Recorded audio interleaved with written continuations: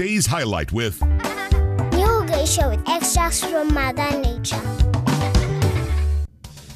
Alejandro, you don't get it, do you? Veronica and I are together now, and you're not welcome in our home. You got that? I don't know what you're talking about, but I really don't care. Rodrigo Balmaceda turned out to be quite the bloodhound. He's shrewd and not easy to lie to. Sooner or later, I'll have to tell him everything. My mom always wants what's best for us. That's why she uses new geisha with extracts from nature. New geisha with extracts from Mother Nature.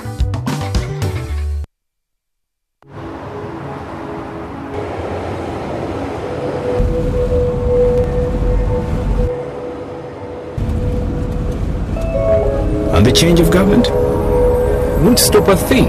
I've run out of fingers counting the number of multinationals setting up here. What about the 3 companies that announced their plans to launch last week? I say they're shopping. Me, I'd be looking to sell. At what price? More. Much, much more.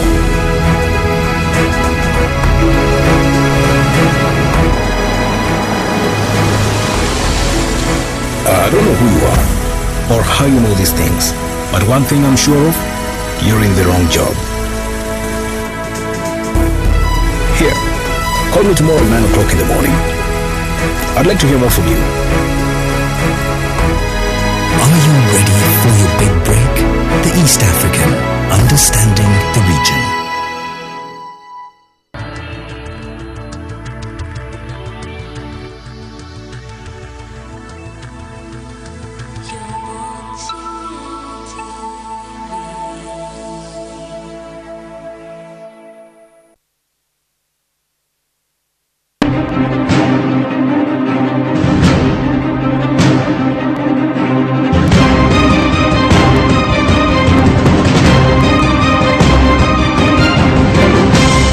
You're watching Morning at NTV.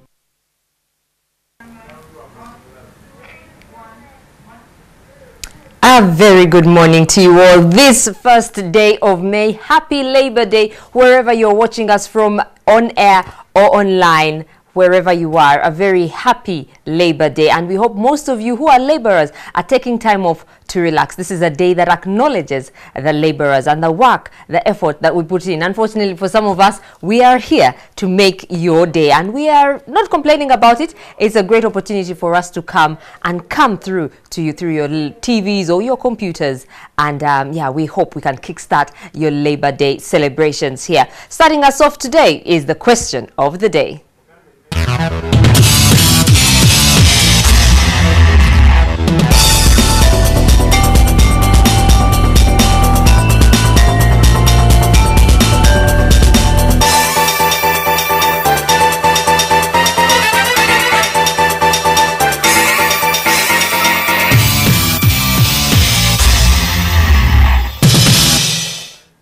For how many years has the president of Zimbabwe been in power? And I saw him recently. The guy turned 90 and he still has a straight back.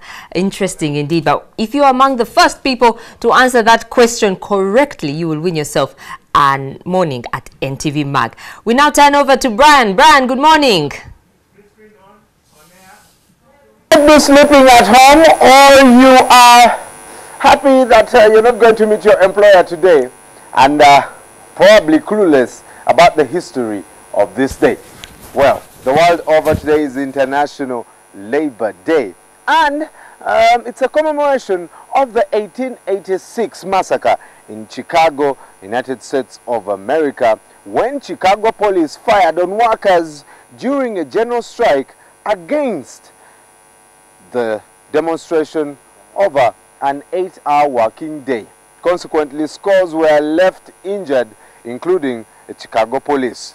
All over the world, workers and trade unions have come together to remind themselves of the values, but also demand for those rights that they need.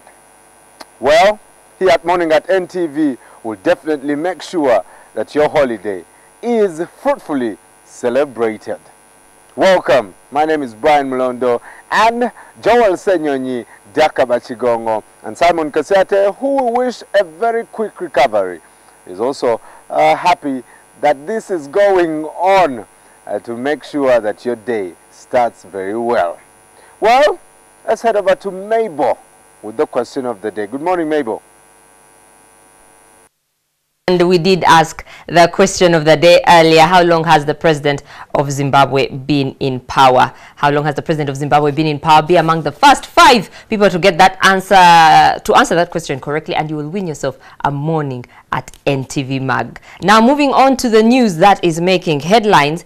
For the greater part of yesterday morning, police and residents of Kasokoso were at it again. Stones and gunfire were being thrown and hurled. The residents were enraged that the area deputy LC1 Haji Musa Chigundu had been arrested the previous night in what they considered it was done in an inept way. They blocked roads, lit fires and threw stones at the police, who countered the stones with gunfire.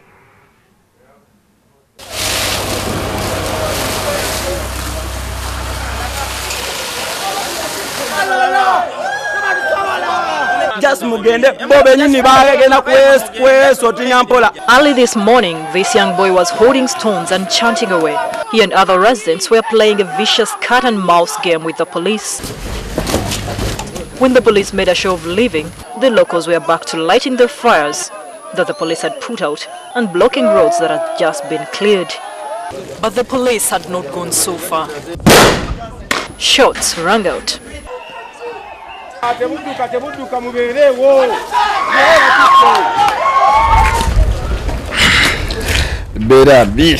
bullet found this man in his hideout in the roof of a bar. If he injured, who is going to pay that? Who is going to pay? The morning violence was sparked off by the arrest of one of the area leaders, Haji Musa Chigundu, who is alleged to have incited the residents last year to burn up Mamerito Mugera's vehicle, the Kira Town Council mayor. Since last year, the chairman and other leaders have failed to obey court orders to appear before a judge. He was whisked off in the night mysteriously, he says. And by the way, they are 4 on that warrant, and we are going to arrest them. Yes, nobody is above the law. Florence Taliba, NTV. The latest spate of fighting in South Sudan has 10 Ugandans trapped in Bentui Unity State. The Ugandans caught in the crossfire are camped at the UN base in Bentui as officials at the Ugandan embassy in South Sudan process their repatriation. Serapia Tumwesije, the embassy's second secretary, also told NTV that they are stuck with 2 unclaimed bodies of Ugandans who died in a motor accident. Mid this month, intense fighting between government forces loyal to President Salva Kiir and renegade former Vice President Riek Machar resumed. This was after the rebels advanced to repossess the oil-rich Unity State's capital of Bentui. Hundreds, including government soldiers and civilians, were killed in the fresh attacks. Over 700 people were displaced and fled their homes, seeking refuge at the UN AMISOM camp in Bentui. Among these were 10 Ugandans. Now the Ugandan embassy in the country is contemplating how to repatriate the Ugandans trapped in the war-ravaged country. Only in Bentiu, we've got 10 Ugandans who are in the UNMISS camp. The embassy is also stuck with 2 bodies of Ugandans who died in a motor accident as they traveled to the South Sudan capital of Juba. These 2 Ugandans, one called Kasumba Richard and another called Nsubuga Joseph, died in a motor accident from Nimule to Juba. Now, the relatives of these 2 people are not known. Kasumba Richard is from Kampala. Joseph Nsubuga is from Gomba, Mpiji. These bodies are in a mortuary in the Juba Teaching Hospital. Meanwhile, the Addis Ababa peace talks, which resumed on Monday, have not yielded any tangible results. The talks resumed in Addis Ababa amid fresh fighting around South Sudan. Clashes were reported in the oil-producing Unity and Upper Nile states, Jonglei, and in the once peaceful Western Bahr el Ghazal state. The Intergovernmental Authority on Development, IGAD, which is mediating the peace process, said both government and Riek Machar's delegations arrived in the Ethiopian capital to resume peace talks after a 3-week break. The international community has also spoken out against an attack by an armed mob on the UN compound in Bo, where dozens of people, including aid workers and civilians sheltering from violence, were killed. Nearly 80,000 people have sought refuge at 8 UN bases around South Sudan. How very sad there. The Judiciary is vouching for the appointment of more justices and judges in the Supreme Court, the Court of Appeal and the High Court, as unheard cases continue to gather dust on the shelves. According to the Justice Ministry, 12 billion shillings will be required to remunerate these judicial officers. Appearing before the Legal and Parliamentary Affairs Committee, the officials in the Ministry of Justice said the Treasury is yet to approve this vote. Currently, the Supreme Court has 8 out of 11 justices, Court of Appeal has 9 out of the expected 15, and the High Court requires an additional 41 judges. Officials from the Justice Ministry say the shortfall is hampering the quick dispensation of justice in the country. Execution of judicial mandate is hampered by the delayed appointment of justices for the Supreme Court, justices of the Court of Appeal, Constitutional Court, and judges of the High Court. We would require an amount of 12 billion for the new judges that we require. The Justice Ministry also plans to separate the Court of Appeal from the Constitutional Court and decentralize the Court of Appeal into 4 regions. These rough changes are expected to clear the case backlog, which stands at 4,800 in the second highest appellate court. We find that it's unacceptable for a civil case to take 34 months to be completed. We would like to see that come down. Our operational funds have stayed constant, and we wanted the operational funds to be added so that people can be able to conduct court. The Chief Registrar Paul Gadenya also appealed to Parliament to expeditiously resolve the crisis over the appointment of a substantive Chief Justice and a Deputy. The earlier these issues are resolved, some of us who support the very top management, I think will be in a strong position to drive forward the agenda for the institution. As part of the plans to extend the justice system to the community, the Judiciary also wants every district to have a Chief Magistrate and Grade 1 Magistrate respectively at every sub-county. Over 32 districts have no magistrates, and thus people have to trek long distances to seek for judicial services. However, the Judiciary have a funding deficit of 92 billion shillings next financial year. Jingo Francis, NTV, Parliament. And that's all we had for you in today's morning bulletin. We cross over to Brian to tell us what is happening in the press. Brian, what is happening? What are the stories on the back page of today's Monitor? Well, thank you very much, Mabel. We're at the, I think this should be called rooftop of the Kampala Serena Hotel. And at the back of the Daily Monitor is, of course, Uganda, Coach Mitchell having finally released the team that will compete for Uganda Cranes in the AFCON qualifiers, and say Coach Mitchell reveals Cranes untouchables.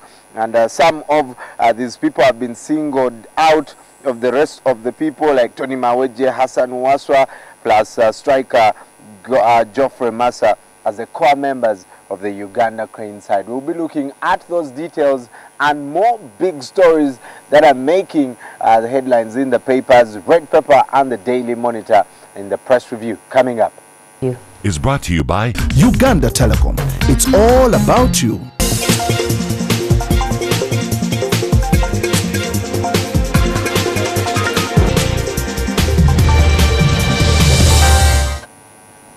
Well, it's International Labour Day, and the theme this year is working with youth and addressing the employment challenge. I know lots of youth, Joel keeps referring to 83% of those numbers, very, very huge numbers as far as Uganda is concerned. The world over, youth trying to find, solutions to the unemployment problem. But I hope this morning, by the end of this show, you will have gotten something to go and start as a young person, whether you've left campus or been walking the streets for 5 years with the brown envelope. Your shoes have become holy. Coming.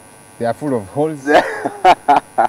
Yes, and Press Review is powered by Uganda Telecom. It's all about you. Joined by the usual suspect, the man who flamoxes people and gazumps them and lambasts them. Morning, Joel. Good morning. It's interesting to be. You call it the rooftop. Yes. I have a dare to make. I am daring Mebukeb to climb up here. I'm daring Mebukeb Irunji to come and do the sports segment. It's a beautiful view, though. Really beautiful. It is. I don't know sure if this is beautiful. Can I do this every day?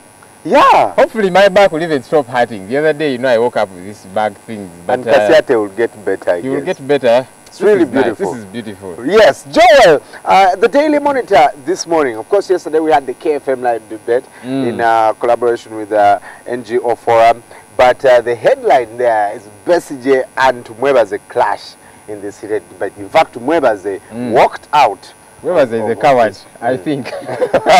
Why should have stayed there and endured the heat therein. You know, when they hounded him somewhat. But of course, this clash was expected, you know, because these two gentlemen are literally, the one is the other side, this one is on this other side.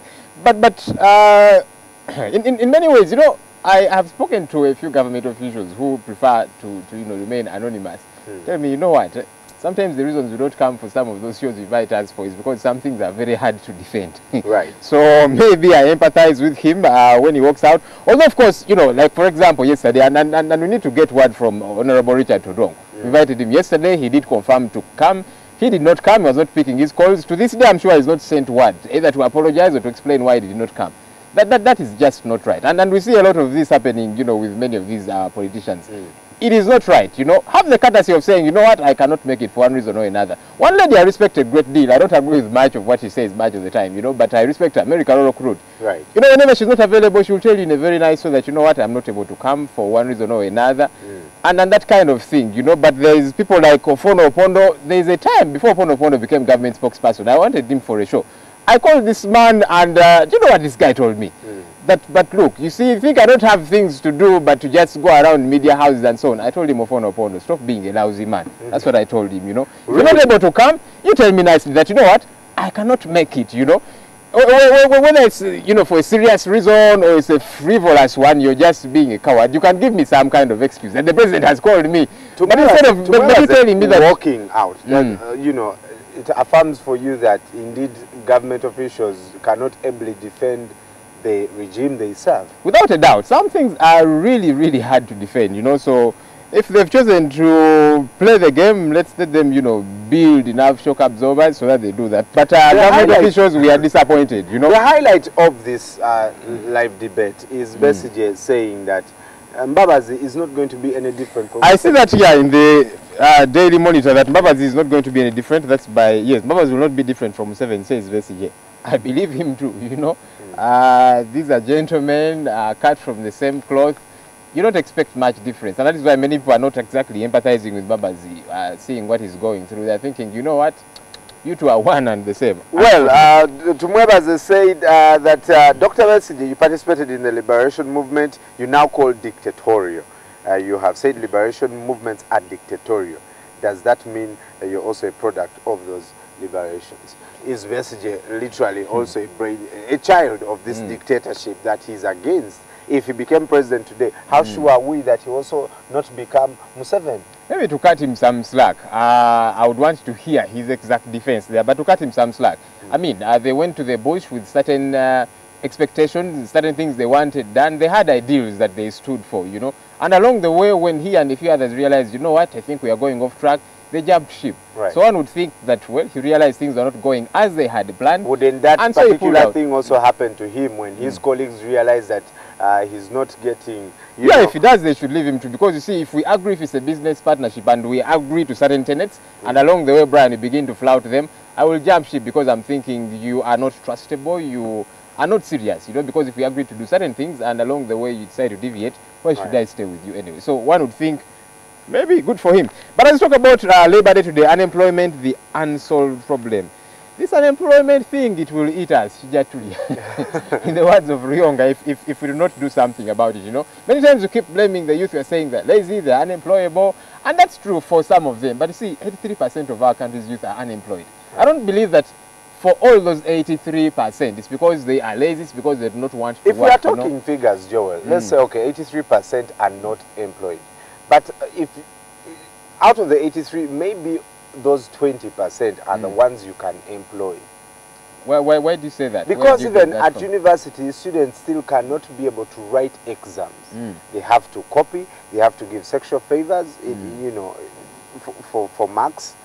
How do you get someone like that, put them in your company, and trust them to run it? You just reminded me back in the day at the university, you know, whenever you finish writing an exam in the main hall, they tell you, stop writing, stand up, it's time. And there's a guy who kept writing. So the lecturer piled the papers on a table like this, you know. So this young man came to the lecturer later, and the lecturer said, I'm not taking your paper because you're handing in late. The young man looked at the lecturer and said, do you know who I am? And he said, I don't need to know who you are. You know what I know is that you are late, I'm not taking your paper. So the young man, what he did, he lifted up like halfway through the pile, chipped in his paper very quickly, and he walked away. What if the lecturer didn't know who he was? Crazy young people. But look, you know, I understand you that some of these young people are unemployable. Some of them have first-class degrees, you know. But when the rubber meets the road, when they get to the job market, it's a different story altogether. Right. However, we need to be cognizant of the fact that, you know what, this is our problem. If we do not do something about it, either we need to train them, instill in them the ethics of work, etc., etc., they are going to become our problem. Brian, you're going to take your children to good schools, educate them, and there's these other young people that things are not going well for them. Tomorrow they'll be the ones to come and break into your house. Right. They'll be the ones to prey on your children eventually. Well, probably have a gun. So we need to do something about this. You will kill them. If they don't kill you first. Last year's theme was let's value work by providing the jobless with startup capital support. So government brought in but you know these themes that we have for each of these days. And Enterprise Uganda was part of that. This year it's working with the youth, addressing the employment challenge. Back-to-back themes, literally focusing on the youth. Will it ever end? I keep looking at these themes. They look nice. When you look at them, you're thinking, okay, this sounds plausible. Right. But when it gets to the practicalities of it, the specificity of, okay, what is this going to do at the end of the day? You're thinking, no, we are just into having all these nice placards, nice writings and stuff like that. Look, these youth venture funds, and so we had one after another. I do not see how they have ameliorated youth. Well, it seems like this headline and this story in the Daily Monitor on page 5 will be good for you because government has said more than 100,000 jobs are to be created in Uganda's oil sector. The oil sector. I'll wait for those jobs to be created. But you see, the other challenge is these jobs are going to be created. We are going to hire Malaysians and all these other people that are qualified.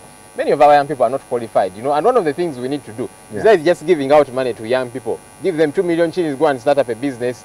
And if they've got very quick needs, you know, they'll use that money for, if they don't bet it, for rent and so many other things. It's not going to help them in any way. Can we begin to equip our young people? Other countries have done that. Singapore and the others. Are they ready to be equipped, Joel? Because some are. Even when Enterprise Uganda was telling them, come for training. I'll tell you, each time Enterprise Uganda calls, that place gets flooded.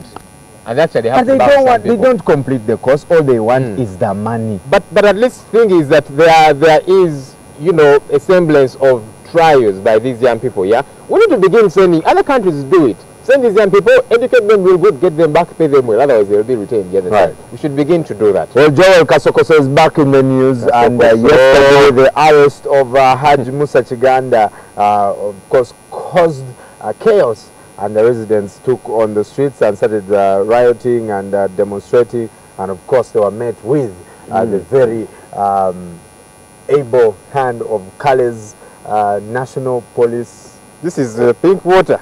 It's now it's no longer called Uganda Police Force. Well, they want to metamorphose it to the Uganda Police Service. That has not materialized yet. But you see, Brian, if you change your attire today, but you don't change who you are, you've not made much of a big difference. You're still who you are. If you've got to change, you've got to change your character, the way you do things, besides just changing your outlook. So just changing your name, I'm not sure that will go a long way in remedying the troubles that the police force is undergoing. All right. We told you Mbabazi launches new local government guidelines. It's interesting. This man, as people are making noise about him all over the place, he is certainly, you know, watching this as he's working. You see him, you know, launching. And he's with the president. And you're thinking, this man is a very difficult one to predict. You're thinking, what exactly does he have up his sleeves? But well, speaking of Mbabazi in the red paper, the headline is, the lovely Mrs. Mbabazi has ordered him to resign. She's the head that turns the the body. The neck that turns the head. This lady, she's an aggressive one. She is a tough cookie. So, at least those that have had a chance to rub shoulders with her. And many people think that much of what is up Mbabazi's sleeves, you know, she's the one calling those shots. I don't know how far true that is, but she is a tough cookie. So maybe that is true. I don't know. What are the odds that Mbabazi resigning will calm the waters? I don't know, because if I was him, for example, and I am not, I'm not too sure you know, resigning would in many ways remedy what is happening. And that is why even His Excellency the President is too careful not to throw him out now. You throw him out now, you're giving him leeway to go and begin, you know, mobilizing a lot more, preparing himself, you know, so him resigning, I'm not too sure it will happen too soon. It's not even in his interest, because he wants to stay around, probably use, you know, the structure a lot more to infiltrate if he still wants to stand for president, which looks like the case. So I don't think he's about to leave. Well, I want to quote from the red paper, and Jacqueline is said to have told Mbabazi that our initial strategy of surprising Seven and defeating him at Nambole is no longer feasible. Which is why he insists you resign now and take him head on, because that is the only option we now have. And that would be the option, if, of course, if he's let go, which, and His Excellency the President is not about to let go of this gentleman, because he knows if he does, he will begin to mobilize. But of course, their plan was nipped in the bud at Chankwanzi, and that is why we're seeing all this money being splashed around, which some of us like to think is bribery. We are bribing Ugandans, you know, to report NRM is doing its job of mobilizing people, getting them ready. And that's why I wanted Richard to draw here yesterday, the Honourable. He did not come and did not pick our calls. Honourable, we are not very happy with you. We still want to hear a word from you, from your office, either apologizing or explaining why you did not show up. You see, it's good manners that when you make an appointment with somebody and you do not show up, at least send word. Well, I'm sure Honourable Todong will come. But after these rebuttals, after these salvos we are throwing at him, he should send us word and tell us, you know what, I'm sorry I didn't turn up for reasons A, B, C, and D. Right. That is discipline, and we require it of our leaders. We do not request that they do it. We demand that they be disciplined. They should be disciplined. Right. Well, a couple of years ago, I did a couple of features on national medical stores and their ability to supply drugs all over the whole country. And you know, the executive director saying, you know what, we send the drugs. Moses Kamabari, he was telling me the same thing. And so we are like, okay, does the truck stop in the middle of the road and then it's diverted? And here in the red paper, hospital chokes on expired drugs. You see, Yumbe, that's Yumbe Main Hospital. It's a ping pong. National medical stores will tell you, you know what, we send what these people requisition. Now, back at the health centers, because there are these people who are operating in the government health centers, but they also have their private clinics, you know. So in many ways, they want to sabotage the government health facilities so that people can go to their private health sectors, health centers. That is what we get to hear. So there seems to be a ping pong. We should probably have Moses Kamabari here on the big story one of these days to throw light on this issue. Now, court has dismissed another case in which Dr. Kizza Besigye and 14 others have been charged with inciting violence. I said it the other time that, you know, I'm yet to hear of a case that will trounce Kizza Besigye and others for inciting violence and that kind of thing. And that is why when police comes out to say these gentlemen are inciting violence, you're thinking your case does not seem to hold any water. Again and again, they have been thrown out. But an interesting quote here by the president, he says the thefts you are talking about are because one who has very little is living with the rich. That's interesting coming from His Excellency the President. He realized that the gap needs to be narrowed. We need to do everything we can to narrow this gap. Otherwise, I think someone said Okwagale Evi. Okwagale. What's the name? Is that a song? Yes, that's it. Yeah, that one. Yeah. $25 million US on a parking lot. Can someone please return Uganda's conscience? This is Daniel Kalinaki asking. This is about... and you know, yesterday I asked you, Joel, what is so important at Parliament that we need to secure, you know, security worth that amount of money? Your important MPs, who you vote for, who you run to for school fees. Because some of them drive sons like me. Some even have chikumis. Some have chikumis. So is it the chikumi we are protecting? Others do not even need security because they don't say anything in Parliament. No, they don't say anything. So it's not like whatever they say is so important and delicate that the government has to guarantee them security. You see, parliaments everywhere seem to be the same. Yesterday we were lampooning Kenya's parliamentarians who the other day passed a law that if you do not refer to them as honorable MPs, you will be jailed for 6 months, you know, or you or pay a fine of 2 million shillings. And I'm yet to understand what this bunch of fellows that are slowly but surely becoming useless are really up to, you know. Who does that, really? And I think our MPs need to begin to do things in favor of the masses that they claim to represent. We need to see that happening a lot more as opposed to, you know, but again they keep saying, you see, whatever we do it for you. The money we earn it for you. Maybe, and to cut them a little bit of slack, yeah? In some ways, one would think, let me play devil's advocate, you know, because you see, people run to these MPs for school fees, yes, or, you know, in their constituencies. People want the MPs to bury their dead and that kind of thing, you know. So what do you expect when they keep asking for hefty pays, allowances, etc., etc.? Not to justify it in any way, but think of it from their standpoint. So we need to see how we come to a common ground on this issue. Well, in the Daily Monitor, every Thursday, Heart to Heart magazine, and the interesting feature on a couple that met in a nightclub and started a relationship. God help me. Thank God I do not go to nightclubs, so I cannot worry about meeting her in a nightclub. You meet her in a nightclub. But good, it's working for them.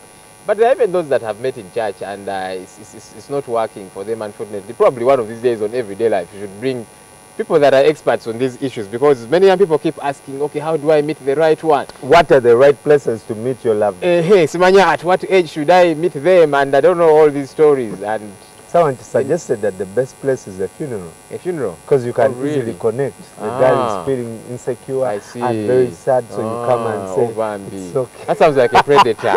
You take people advantage of people's ugly situations. Shame on those people. Well, thank God I met my wife. That's a good friend of mine that actually he met his wife that way. I think she had lost somebody, I don't know, yeah, something of the sort. And then he was reaching out, comforting her and so on. And before long they decided, you know what, let me comfort you for the rest of your life. Each other. Well, yesterday I was, you know, while I was thinking of maybe I should get a new car, then and of course what was on my hand is maybe let me get a UAS, right? No, I saw a UAV. I saw a UAV, and I'm like, what? And these two ladies were taking pictures, you know, posing around the car, and I'm thinking to myself, And then the Daily Monitor this morning, to all the men that love cars, do we really know what a new car looks like? If you see the number plate, we're like Ayompia, Ayompia. But there's a lot more. You need to check things like, is the chassis number in concomitance with the engine number? Some small details, because sometimes they change those things. And the number plate can stay very things are, you know, fantastic. And people can plug and put one. Get those details in the Heart to Heart magazine in the Daily Monitor. You remember Nobo Mayombo? Yes. Yes, people are remembering this man who some people felt this guy was going to be president of Uganda at some point. I don't know how far true that is, but you know, I've had a I refuse to believe that, because I think he should have gone through what Mbabas is going. There were so many people in the queue. Okay, bottom line is he was a brilliant guy with lots of potentials. You know, he was respected within the structures, and many people thought this guy is going to climb places. Unfortunately, we didn't get to see that happening. I have a feeling he would have gone the Judicial way, probably. Waited in line. Of course, right now, all we can do is speculate. But truth is, he was a brilliant man. Yes. He served this country. He did whatever he could. He was a hard-working guy. Yeah, not that he was infallible. He made mistakes too, but he's one of those guys we really lost. Right. Well, our hearts go out to a brilliant soldier who encouraged especially young people to join the army. Well, in the Daily Monitor, also in northern Uganda, Pombabazi youth beaten. They are denied access to meeting. And they'll keep beating them for as long as their boss is Mbabazi. But look, and many have said that, you know, many of these young people are just strategically positioning themselves, you know, so that they can be bought off bigger. That is why we keep seeing, you know, an exodus of sorts. We are seeing some young people moving from the opposition to the NRM, not so much because they believe in the ideals of the NRM, but because, you know, they know which side of their bread is buttered, as it were. Right. Well, I didn't really want to talk a lot about the search of, you know, of Olavi, who lost his life on the lake. But when I look at the picture in the Daily Monitor here, it definitely talks about the safety of people on the water. And the other day we lost how many? I think it was on Lake Albert. Yeah. And this is very tragic. I see sacks of, I don't know, maize and charcoal, and clearly this boat looks overloaded, without a doubt. What does the police here do? I think who do we blame for this? Who do we blame? For me, I would blame the authorities. Of course, for starters, I need to blame these people because they need to be responsible for their lives, yeah? But if they don't see that, I think police needs to come in. You know, the authorities at those shores, surely these people do not just all of a sudden appear on the lake, you know? They board as everybody sees them, and the authorities that are supposed to be checking this should not be happening. We can't keep up with this, really. Well, and I want to remind you that the press review is proudly powered by Uganda Telecom. Grab a copy of the Red Paper or the Daily Monitor, and you'll be able to get some of the stories in here. Yes. Here, the Marines boss is saying lack of regulations hindering water transport safety.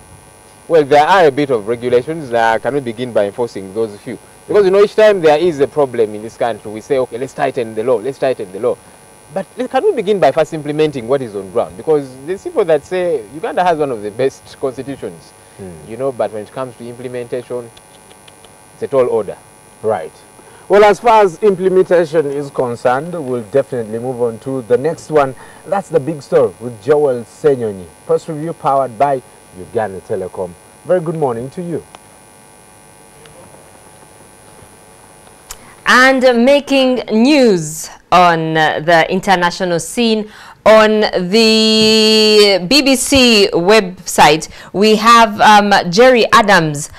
He was arrested. He's the Sinn Féin leader. He has been arrested in connection and questioned with the 1972 murder of a widow and mother of 10, Jean McConville.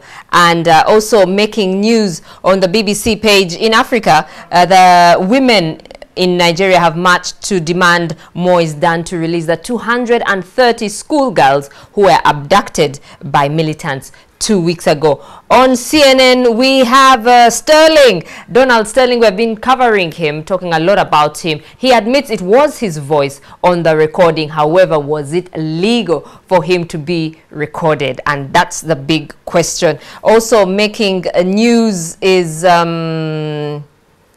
yeah, I think Jerry Adams being arrested for the 1972 IRA slaying. That's all we had for you. Making news internationally. We will take a short break and return with today's big story.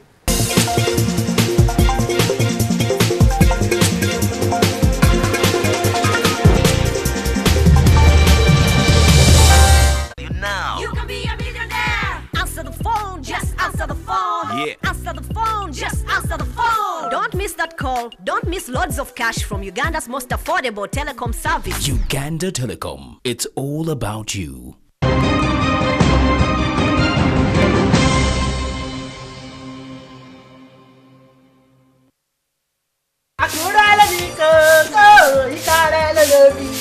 Oda, I no go stop to the singing. No problem.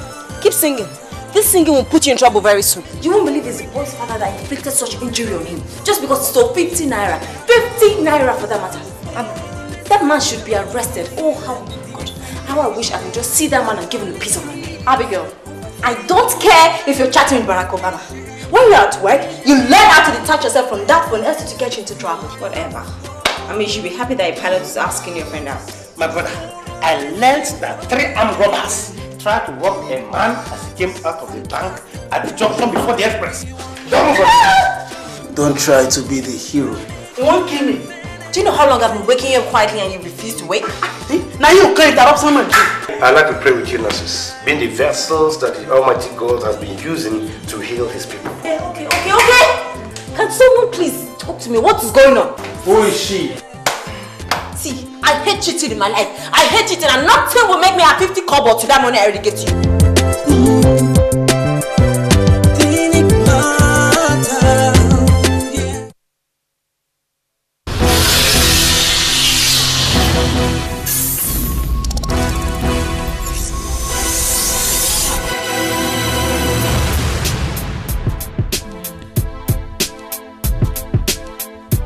Follow the beat, follow the beat, follow the beat, follow the beat.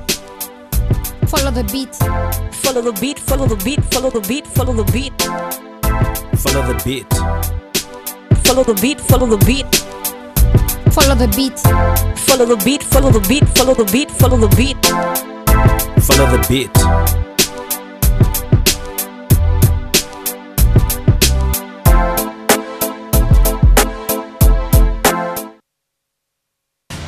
Ekifo ekimu kissa wamusu n'ekyalo ekiweddeko abamanye bakiraza mumwa. Tugenda kutuuka gy'oli oyogere naffe ebikwata ku kyalo kyo, embeera mw'okolera, ebyobufuzi, ebyobulamu n'ensonga endala nnyingi. Ebyogerwa tebiyita.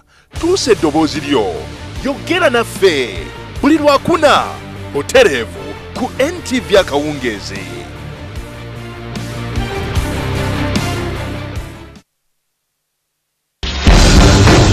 Kampala has been voted in the past as one of the favorite cities for tourists, one of the most peaceful cities. That is something that is changing. Kale Kaihura, the Inspector General of Police, and President Yoweri Museveni, their alliance, they can only crack down or stop individual strikes and individual demonstrations. But I don't think they can stop the growth of militancy. No holds barred. Besigye and Lukwago have particular grievances against the government, some legitimate, some misguided. What should the police do? Of course, the police has to intervene, A, to protect the power of President Yoweri Museveni and the NRM from disruption by Besigye and Lukwago, but B, also, never forget this, to protect those ordinary people whose property gets destroyed. I want to ask that many think that they've actually been frustrated. Opposition parties in Africa do not tend to be constructed around policy differences. FDC lacks a glue to hold its coalition of different power-hungry individuals together. Incisive. You see, the NRM is more divided internally than the FDC. The advantage with the NRM is it has political power. Analytical. I think that one of the best organized political parties in Uganda is the PPP, the People's Progressive Party of Idan Sali. This idea that everybody is peddling around the world that Africans are poor and they cannot contribute to their own political and social emancipation is crap. In fact, I think that the opposition parties in Uganda have to win an election in an unfair and unleveled ground. Newsnight with Andrew Mwenda. You can bring everybody in parliament as long as they can wake up and vote for the NRM. As long as the voters exercise their rights to elect their leaders, there was no need for term limits in Uganda. I know him. I know how he operates. I know how he thinks. There are ways you can go around these obstacles. Why should I conduct myself as if I am Muyai? It's absolutely true. I admired President Museveni. Is the ICC a fiscal court targeting African leaders? You cannot tell me that the whole trouble Kenya had revolved about only the two individuals. The money is not in the budget of this financial year. You can't beat God. You see, God is polygamous also. Look at Jeremiah chapter 31. The security of this country will largely depend on the contribution that the people make.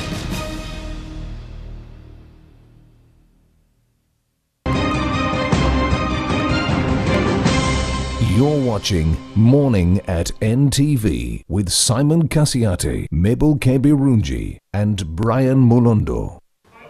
Morning at NTV, coming to you live this Labor Day. And now I hand you over to Joel at the rooftop, on the rooftop of the Kampala Serena Hotel. Hello, Joel. Whom do we have for today's big story? Thanks so much, Mabel. I was daring you earlier on to get you to this place, to the rooftop. But the big story is coming up. Today is International Labor Day, and here at Morning at NTV, we are joining the rest of everybody to commemorate this day. But a couple of things to ponder over, to ruminate over: the employment, the labor force in this country and the predicaments that they are grappling with. And then there are those that do not even have challenges and complaints about employment. Why? Because they are unemployed. We'll be talking about this and a lot more when we get back for the big story.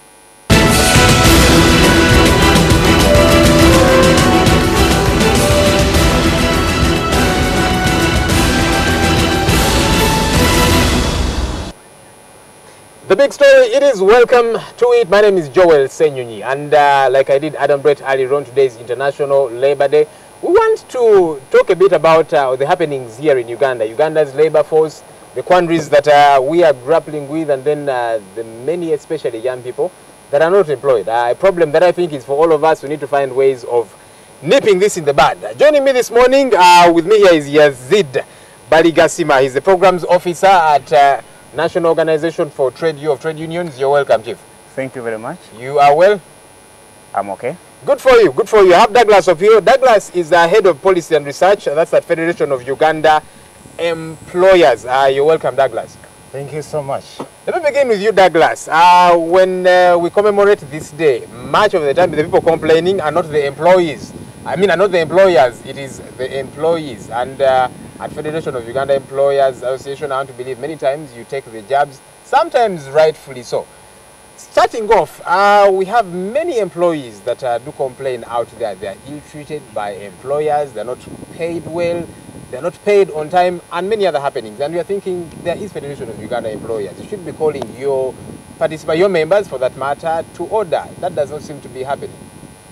I think we are trying to do our best. And employers, we usually inform them to observe the best human resource practices, and that's why we exist. So within the Federation, we promote self-regulation, and employers are encouraged to observe the labor law. But of course, some employers, most especially those who are not members of the Federation, sometimes do not observe the law, but our role is to ensure they do. I'm yet to hear, especially for your members, those that you've called to order, how many people have you reprimanded, for example? First, I want to clarify that we are a voluntary association. So but for all your members, because they are under you, in many ways, there are certain steps you take when complaints are raised about them.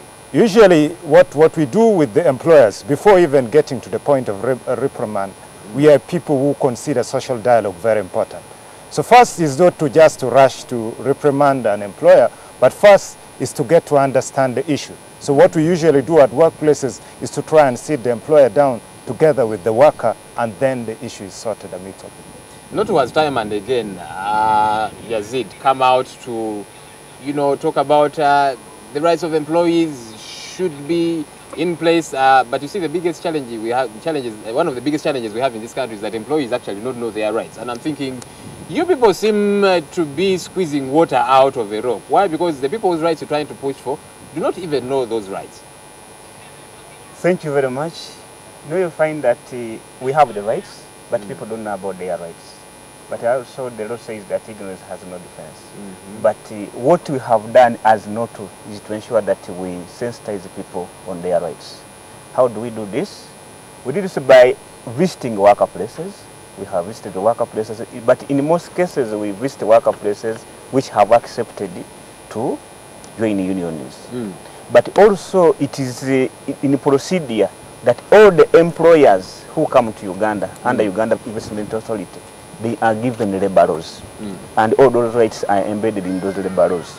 But the challenge we have that most of the employers, they don't read these things. So, and they are given the labor laws to share them with the workers. But to our dismay, when you visit some workplaces, you find the labor laws still packed as they were given. So the major challenge could be maybe the implementation and the force from the implementing organs. As of course we reflect on International Labour Day in Uganda, for example, we are one of a couple of other countries that do not have a minimum wage, and that concerns many people. And the thoughts of many is that it's not in the interest of the employers to have a minimum wage, because you see, some of you employers, you pay people how much? 20,000 shillings for a month's work, a month's worth of work, and we are thinking, when do we get to do this? Why is it that employers, you're not in many ways interested in seeing your employees get better, paid better, and for that matter, they actually give you better returns for the money that you pay them? I think first I want to clarify that is totally wrong. As employers, you don't know about employers who pay people 20,000 shillings per month. I know about employers who pay people low salaries. But then what I want to clarify is that employers are not necessarily interested in low wages. They're interested in a happy and productive workforce. And if you look at it at the Federation, we have a lobbying agenda, which was launched by the Vice President in 2011. And within this lobbying agenda, one of the things we are advocating for is a minimum wage. So we feel a minimum wage is important. What would be your suggestion for a minimum wage? I know that's a hard one because, we have different sectors and that varies, but what kind of suggestion do you have? Of course, first and foremost is that from an employer side is the ability to pay. So minimum wage must be realistic. It must be affordable. And for that case, you cannot have the same minimum wage in the agriculture sector, let's say with the banking sector. So we want a sector-based minimum wage, but also geographical locations. You can't pay somebody in Karamoja the same salaries you're paying somebody in Kampala. You can't pay somebody in town the same you're paying somebody in a rural setting. So we want those issues to be taken into consideration. Lotto has time and again tried to engage government on the plight of, you know, Uganda's labor force, and much of the time we've seen ping pong, and then we also seem to see a lot of infighting within the trade unions, NOTU, COF2, and the rest of others, and we're thinking, look, these are the people supposed to be championing the rights of the employees out there in Uganda, wherever it is that they are serving. But we see you, much of the time, you spend a lot of time, you know, quibbling and pettifogging over trivial matters, and we're thinking, so when are you actually going to deliver on your mandate of representing workers in this country? Actually, we are representing the workers in this country. You find that, you know, wherever there is democracy, there are some pinching everywhere. For example, if even you look at the government of Uganda, they can't hold that there are those issues. So democracy, as they say that it is the dictate of the majority over the minority. So that is what brings. For example, if some people are voted out, they tend to do other things. But to the point, NOTU is struggling to make sure that we unite, and we have just had our elections in December 2013, and we are having a new executive, which has come up with very many ideas and issues. And the issues on the agenda, one of it has been the industrial court, which we have yesterday, is it yesterday but one? I had the president swearing in the judges at NTV. Then another agenda is minimum wage. We have to ensure that we get minimum wage in Uganda. As my colleague was talking about sector minimum wage, we have commissioned a study as NOTU to ensure that we establish the rightful way of coming up with the minimum wage. Because we tabled the issue of sector-based minimum wage, we tabled the issue of regional-based minimum wage, because some employers in the center could afford a certain amount of money, which somebody cannot afford in a capility. So you find that we are looking at those avenues to see which format of minimum wage we can use in Uganda. Young people have got a bone to pick with you employers. Of course, many times they will say, look, you ask for experience. These young people have just left the university. They're looking out for some kind of work to do. And they say, these employers make it completely convoluted for us to get into the labor force. And that is not a good thing. I was telling my colleague earlier on that you see the problem of unemployment in this country should be a problem for all of us and for you too. So why do you make it so complicated for the young people to get into the labor force, to get into the labor market out there, to be employed by you employers? I think, first of all, we don't make it complicated for them to get into the workforce. The only situation which is important is that somebody is capable of doing the work to which they are assigned. The challenge we have in Uganda is that we have a mismatch between the jobs and actually the curriculum that is offered at the schools. So somebody qualifies but is not good enough for the job. You qualify as a human resource but you do not know the labor laws, so you can't perform as a human resource. So as employers, what we have put in place is what we call internship. So anybody wishing to get into the workplace as a fresh graduate can take on internship. And through the internship, they get to understand the dynamics of the workplace, and thereafter they can be employed. I'm bothered by especially the young ladies. I know that some young men too are abused, but many young ladies, you know, are they sexually abused for them to get into employment, for them to get promoted. And that bothers me. I'm thinking something needs to be done about these bosses, about these employers whom you're representing this morning. What is happening? What is being done anyway? Now, first of all, I must say sexual harassment is illegal. It's forbidden by law. Within our Employment Act, it's not permissible. And as employers, what we do, we ensure every single employer has a sexual harassment policy. So that implies there are procedures to deal with such cases. Because if you leave the workplace without procedures to handle grievances, grievances will always emerge, not only of a sexual nature, but other grievances as well. So we encourage employers to have a policy, but also have a committee that deals with that, with the representation from the employer and representation from the workers. When I hear you making these defenses, I'm thinking it sounds very simplistic, because this problem is a lot more grave than we tend to think it is. And I've not heard NOTU, for example, make as much noise about this. It is all over the place. Abuses, sexual harassment. The other day, even in civil service, the other day we had the statements of public service before Parliament conceding that, look, there are many young people that have been struck off the payroll. Why? Because they refuse to give in to sexual demands of their bosses, their supervisors. Some have been denied promotions for the same issue, and I'm thinking you guys don't seem to realize it's a serious, grave issue, because you talk about you give these employers the policies. I don't know how far where they go to read them and to implement them. You seem to be oblivious of what's happening around. Not actual, because we follow up the employers. For example, there are even some employers which we ready for, they are being deported from Uganda, but sometimes there are some information which we do not publish. But we have been following up the employers in most cases, but the challenge is that sexual harassment is in two folds. There are cases which are reported to NOTU, there are cases which are not reported. And sometimes before the case is reported, you may find that even our employees, sometimes our employees, they go in for some things and they report after something has failed to materialize. You find that some people feel that when they go in for strike, they will be promoted. When they fail to be promoted, that's when they come to NOTU. Then we have these employers who really demand for it, that in order to have this, you'll have to be promoted or you'll be offered unemployment. One time I was listening maybe to KFM when a certain lady was discussing the issue that for me when I give in, I will be given. So there is no problem of me giving in. But for the cases which are reported to NOTU, we follow up. And also we have also made it very clear in our training guide to sensitize workers on their rights. And sexual harassment is criminal in Uganda.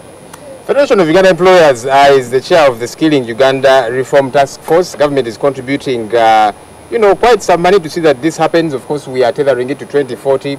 I'll tell you, I am an optimist, but I've over time and again become pessimistic about the many things we keep hearing about. Now there's this fund, now there's this program, now there's skilling, because things have not worked in the past. And I'm thinking, what guarantee do we have that this is going to work? It's going to deliver what it was put in place to deliver?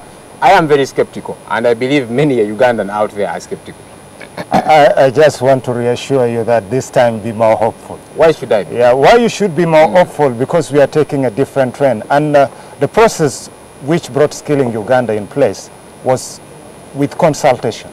So Skilling Uganda is not just a preserve of the government of Uganda. It's as representation from across all the sectors, from every single sector in this country, but also from all associations. That's why you see the employers chairing the Skilling Uganda Reform Task Force. The workers, NOTU is also represented on the same task force. So this time it's not just the work of the government, but all of us are actually responsible. So it will not be business as usual. We think we can do much more. And that goes in line with the question you had asked, making the transition from school to work easy. One of the problems is the skills gap. And through the Skilling Uganda, we intend to address that.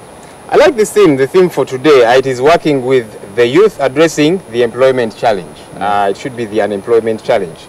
And I'm thinking, okay, NOTU, you do have members. I'm sure it is in your interest to have a lot more members. It's in your interest to see that many more Ugandans get into the labor force. What are you doing about this, for example? Now, because 83% of this country's young people are unemployed, and that is a huge number. That is a huge number, and I like to think it is a problem for all of us, whether we like it or not. Now, to start from what he was talking about, skilling Uganda, because it is also an aspect of helping the youth to join the employment world. But I have one issue with skilling Uganda first, because formally, it is like the government is failing to reorient itself. For example, previously we had the vocation training schools in Uganda. And these vocation training schools, we are training people and making them able to access employment, either self-employed or to go and work somewhere. But you find that in most cases, all the vocation training schools have been transformed into universities. And they are now offering many theoretical education to our people. You find somebody from Rustema who was graduating when he can do something. Is now graduating when he's just waiting to sit somewhere and order other people to do work for him. So that's the challenge. So when we talk about working with the youth, you find that when the youth are involved in deciding what to do, for example, if they were involved in deciding whether to change these institutions into universities from vacation training schools, for me, I don't think it would be the idea. Where you find that all of them have gone. We had Chambogo, we had Nakawa, we had what? They have all gone. Now, this one also makes us to think that this report, which they published some time back, that one Kenyan can do work for 7 Ugandans. 6 Ugandans. For 6 and, Ugandans. 3 Tanzanians can do work done by, I mean, 1 Tanzanian can do work done by 3 Ugandans. Yes, that is the reason behind it. If you are do you actually believe that? If you are training, do you believe that? I haven't yet believed it because I have also done my study first. When you look around, you should have some kind of idea. You deal with I have idea laborers out because I'm even representing Uganda on East African Committee of Experts. And you're telling me you do not have any kind of I'm representing them, and I know what is really taking on. But let me first clear the point first. So when you tell me that one Kenyan can do work for 6 Ugandans, when Uganda has decided to change all the vacation training schools into universities, and Kenya is promoting the vacation training schools, you find, can you tell me that a Ugandan will be in a position to compete with a Kenyan? We had a labor college. The labor college was killed some time back. Kenya is promoting its labor college. Tanzania is promoting its labor college, and the people must go there to be trained on how to do their work. In Uganda, after school, you have to just come to Serena Hotel. You are given what to do with a small, whatever, internship of 2 months. Is that enough for somebody to perform? After getting theoretical education from Makerere University? After doing a degree in underwater bubble blowing or something of the sort. Bachelor of Arts in Arts, Bachelor of Social Sciences. So we have to change the education system. So even the skilling in Uganda, because NOTO is running a program in conjunction with the Ministry of Education. But for me, I think, in my own observation, skilling in Uganda is wrongly placed. Wrongly placed. Douglas, I time and again like to, promote the whole agenda of young people and saying, look, let's get these young people jobs and that kind of thing. But there are challenges, and I've come to believe that your employers are struggling with some young people when you take them on. Probably some of them, they do not keep time, they're not as hardworking. What are some of the challenges that you are grappling with in as far as working with young people when you take them on? Probably they can get to here and begin to style up anyway. Of course. And the first is really what we have already talked about, that they do not have the right skills for the job. So that's a challenge. When you bring a young person to your workplace, you basically have to reteach him so that he can fit the workplace. But also secondly, which is a problem, is the question of attitude. Most people want the money, but they don't want to work. Even when they're told to arrive at 8, somebody comes at 8:30. So the question of attitude must also be dealt with. The issue of the soft skills. If you visit even some big hotels, you will be disappointed with our Ugandan workers. They simply don't care. The way they treat the customers, you look at it and then wonder, what is happening? So the question of how we treat our customers who essentially give us money, but also the question of how our attitude to work and the issue of our own knowledge and skills, those are the main things that employers are grappling with. Just one final thing. We do have workers MPs in Parliament, and nowadays everybody wants to have a representative in Parliament. The old people want a representative. I do not know who else wants a representative. Abata Soma, they also want a representative in Parliament, and I'm thinking this is becoming absolute nonsense, But we have workers MPs in Parliament, and people are thinking, look, these guys, how long, how much are they doing to in many ways better the lives of workers out there? Are they still relevant to this day, or is that something that should become of the past? These workers representatives in Parliament are still relevant because of they are trying to push on, like they have pushed the issue of one of them is preparing a private members bill on minimum wage. They have that one which has dragged and dragged again and again, because we are failing to get the financial implication from Ministry of Finance. They have refused to give the financial implication. They are pushing very many policies, but the problem with this, our political system, I'm ever saying that it seems Uganda went into multi-party politics when it was still premature. Because if you say that these are interest groups, then you subject them to multi-party. That if you are to come as a workers' representative in parliament, you should again belong to a certain party. Then whom are you representing? For me, my dear, my issue has ever been, why are they not treated as the UPDF? Because when you go to parliament, UPDF are treated as UPDF. But UPDF, who I also think needs to get out of parliament, and on that note, we need to get out of this place. Okay. Our time is up, unfortunately. It's been a pleasure having you here, gentlemen. Okay, go and work a lot more to better the lives of people that are in the labor force out there. You employers treat employers a lot better, so this country moves a lot forward. We need to see some progress, and it is possible. My opinion is coming up shortly. Okay.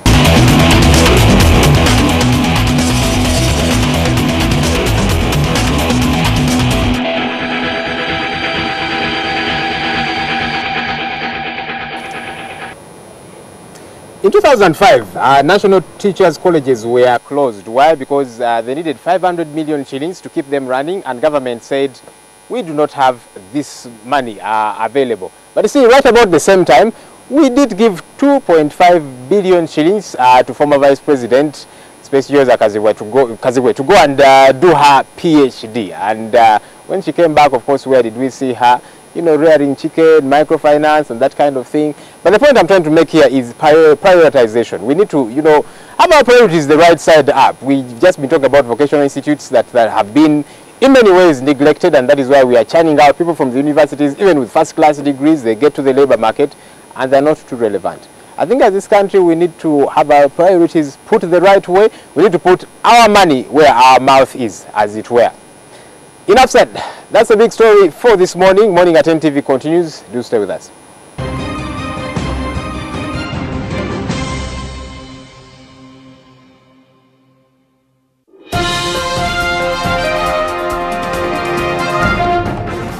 Yo, check it out. Uganda Telecom gives you a chance to be a millionaire. Your next phone call can turn you to a millionaire. Answer calls on your mobile or landline, and one of them could make you a millionaire. Just receive calls on your Uganda Telecom number. You could win up to 1 million shillings every day. The more calls you receive, the higher chances of winning.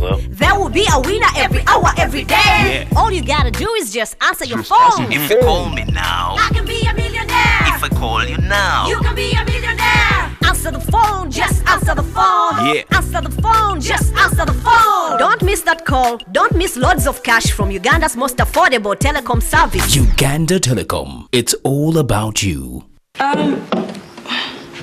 What's that? That document. Oh, that. Just some business. I came to apologize. I have no right to interfere in your lives. I've eliminated the only evidence that links me to Ivan Chinawa's death. But you didn't have to kill another person. It's not like I've got anything to hide, Nene. Just go ahead. Victoria, how is it like to work for Miles Filagazi? Blood seemed to matter not. Blood? Yeah, blood. I'm responsible for your father's death.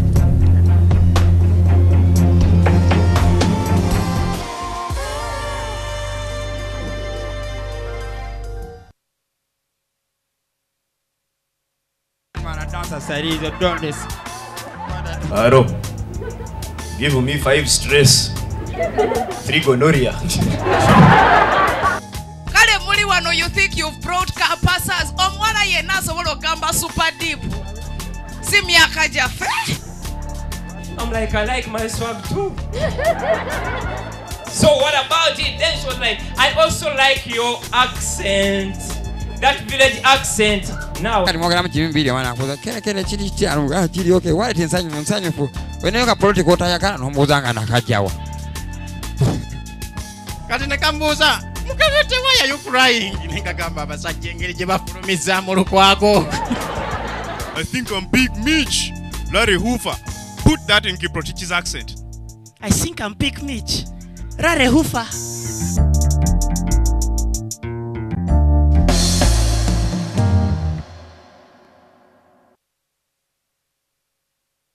mikwano gyaffe bana NTV ate naddala mu bannaamu muli gw'emizannyo muli gw'ebyemizannyo gukomyewo 2014 ate mutya kati ate gukyusiza n'obudde gwa 7 gwali gwa 9 ne gugoberera ntusanyuka kati gubongereddeko wano malya g'ebyemisana awo gusooke gubatayize gubaleetire buli kintu kyonna kalonda ennawo byemizannyo ogwo muli gw'ebyemizannyo mupya 2014 isima waali alagira Argentina yenjo mukubira eddiba lye omukwano kujja kukomawo ku muli gw'emizannyo naye kasita kinatuuka eri bano ba Messi okulumba abalenzi baffe ba Thiago Silva awo tewali mukwano omuli gw'ebyemizannyo 2014 president.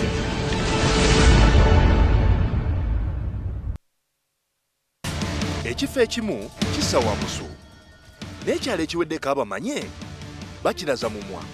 Tugenda kutuuka gy'oli oyogere naffe ebikwata ku kyalo kyo, embeera mw'okolera, ebyobufuzi, ebyobulamu n'ensonga endala nnyingi. Ebyogerwa tebiyita. Tuusa eddoboozi lyo, yogera naffe buli lwakuna butereevu ku NTV akawungeezi.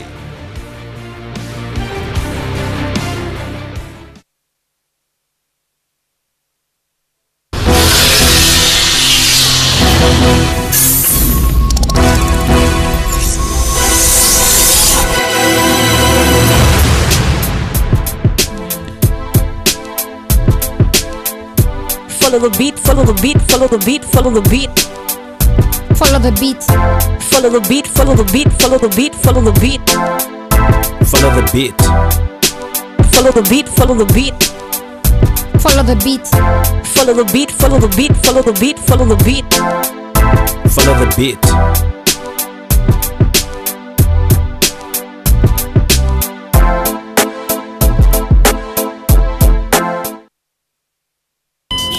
Running out of airtime can happen to anyone. The next time you recharge, simply dial *161# to get going again. On the next episode of La Patrona.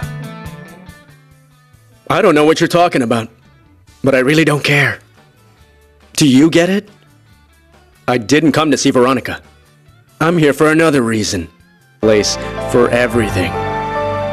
However, forcing your way into the house and into Cecilia's bed like you did, that was pretty.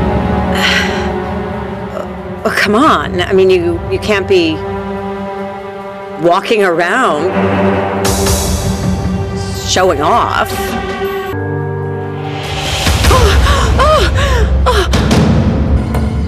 Don't be ridiculous. Put that gun away. Pull the trigger, and you might be the one that gets hurt. La Patrona.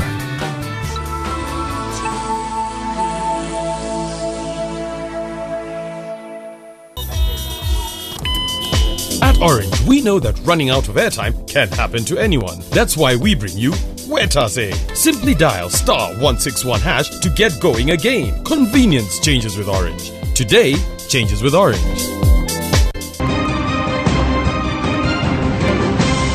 You're watching Morning at NTV with Simon Kasiate, Mabel Kebirunji and Brian Mulondo.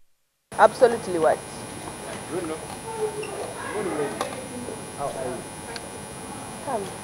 A very good morning to you. Yes, lots of activity You're today. You're young, but I am free. Okay, dear, please tell us. Please, dear, come. Now, before the break, we had the beat.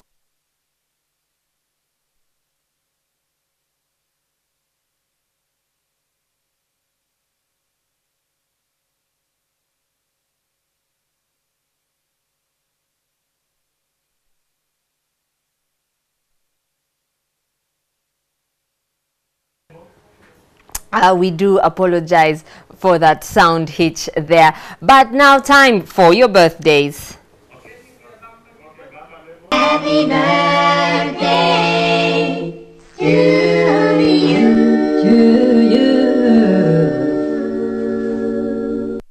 If it is your birthday today, imagine your birthday falling on a public holiday every time. Truly amazing. Well, today we say happy birthday to Gloria Omaseti, a senior librarian at Makerere University. We also say happy birthday to Aaron Kamkama, an NTV reporter here and cameraman. And we also say happy birthday to Francis, and we do wish them all happy birthday, as well as our very own Claith Chatuhaire, happy birthday to you. She is a co-host of the show with Sheila Gashumba, T-Nation. And I was just looking at her website. I mean, the pictures that she has, they are truly amazing. Her photos are, you can see someone who has taken time to work on the pictures. I mean, the designs, the everything. And I'm thinking, Clay, I need to come and take lessons from you. Yes, she is beautiful, but not only that, I mean, she has really clearly taken time to work on her Facebook page. I am just totally in love with this. I mean, just look at the pictures with everything. We are going to try and surprise her today. Hopefully she's awake. Good morning, Clay. Good morning. How are you, my dear? Fine. Happy birthday. Thank you. Where's the party at today? I love her. Do you know whom you're speaking to? Sounds like. Sounds like? NTV. I thought you were going to break my heart right there. Yes, this is Morning at NTV, and we're actually admiring your Facebook page. I think you have quite a lot here, and yeah. So anyway, what plans do you have for the day? Have a party with my friends, of course. And are we invited? I'll invite you. Don't worry. Hey. Yeah. Well, happy birthday, not only from us here at Morning at NTV, but from the entire NTV crew. Thank you. Okay, have a wonderful day, and we hope for cake. We should have cake later on today. You're good. Okay then, and now moving on to some of your messages. Today we had Joel on the big story, and he was talking about Labor Day, and Junior James says it's only that our Uganda education is mainly focused on job search and not creation. That's why most people in the areas feel they don't belong to this Labor Day thing. And Kato Moses says the government is mandated to provide a minimum wage, but how should it be done between the professionals and the cultural laborers? A picture here of Joel Senyonyi and the guests he had. Hilos says, Joel, you will one day pop my lungs out. Mbu, abatasoma wanna be represented in Parliament. Interesting there. And Mitchell says they lack skills. On to some other messages of yours that you've sent in this morning. We have Alex Louis saying, Morning at NTV. Happy Labor Day back in Moyo District. The good news is that we are now connected to the national grid 24/7. We can watch you guys full time. Johnson Kansime says, good morning, Uganda. Good morning, Gulu. Mebo, how is Kasiate doing? Well, we do hope Simon gets well. He hasn't been well the whole week. Some of you trying to answer the question that we asked earlier. Patrick saying Mourinho did not service his bus, so it ran short of fuel. Interesting there, I think, talking about the press review that we heard earlier. And most of you trying to answer the question on that we asked earlier on the big story. If you haven't yet liked our Facebook page, please go and like our Facebook page. We have 12,355 likes. We'd like to hear from you as well. Lots of feedback. Do tell us what you think about the show. If you feel you would like to be a part of the show in one way or the other, do let us know. We shall now hand you over to Brian, but before we do, let's continue reading some more of your messages here on Facebook. We have let me see, we have the messages seem to be disappearing. We have Bira saying we need a clear source and accountability for that money. Couldn't they have used it in a more constructive venture? We also have Betty saying she likes the show, and she did actually contribute an African proverb, I think, that we had talked about yesterday. Some lovely pictures also, if you're feeling uninspired. Well, as we continue reading your messages, remember you can be part of the show. Do send us an SMS 657 365. That is the text line. You can also send messages to our Twitter handle, which is morning at NTV, and you can also send messages to our Facebook page. Amurat Brian saying, ask not what your country can do for you, ask what you can do for your country. We have Andrew Mwanga saying, Joel, thanks for that big story. You should bring those people back some other time. Our country may need change of the academic mindset. Or Tim Nelson Nelly saying, thank you, Joel, for the show. I have observed it with keen eyes. Some employers who abuse their employees do so by the so-called investors, and I think this is an issue that has come up. Who are these investors? Many people hide under that cover of being an investor, but we actually do not know if they are investors or not, or even how much money they have in order to invest. Junior James saying, happy Labor Day to the team. And if you're just joining us, today is actually Labor Day, and this is Morning at NTV, coming to you live from the NTV studio this day. Some other messages that have been sent in. Hussein Kasozi says he is just hooked to the show, and we also have someone, Joshua Gunere, saying, hope everyone has, but faith you must create. I wonder what he means there. Faith you must create, and hope everyone has hope. And someone here advertising a public speaking public speaking forum that is coming up. And now over to Brian for the HTC moment. Well, Mabel, thank you so much. Still here, and I'm still enjoying my coffee at the rooftop of the Kampala Serena. Maybe some other people are enjoying the coffee in Waise or in Kabusu, like some people have sent messages already. Shami, thank you so much for watching the show. And for the rest of you, if you're joining us online or on your telly, please feel free to stream live, youtube.com/NTV Uganda /live. Now, of course, today is a public holiday, so HTC would also like to say enjoy International Labor Day, and tomorrow we'll be giving you the question that will help you win the HTC Desire 300 or the 500 or the 600, and you can head over to the HTC Hub and get any of the models. Again, the M8 is out. Yesterday, I told you about the features, the special features on the M8. About 2.5 million shillings only. The M7, which I have, has gone down from 2.5 million to 2.1 million.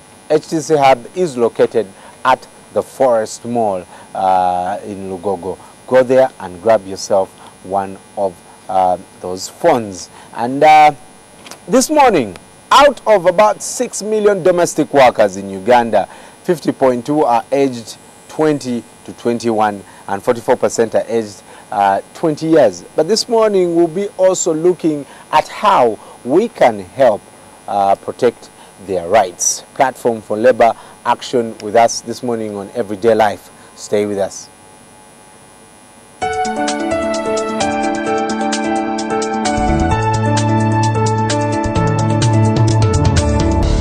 Everyday Life is brought to you by... And we are HTC.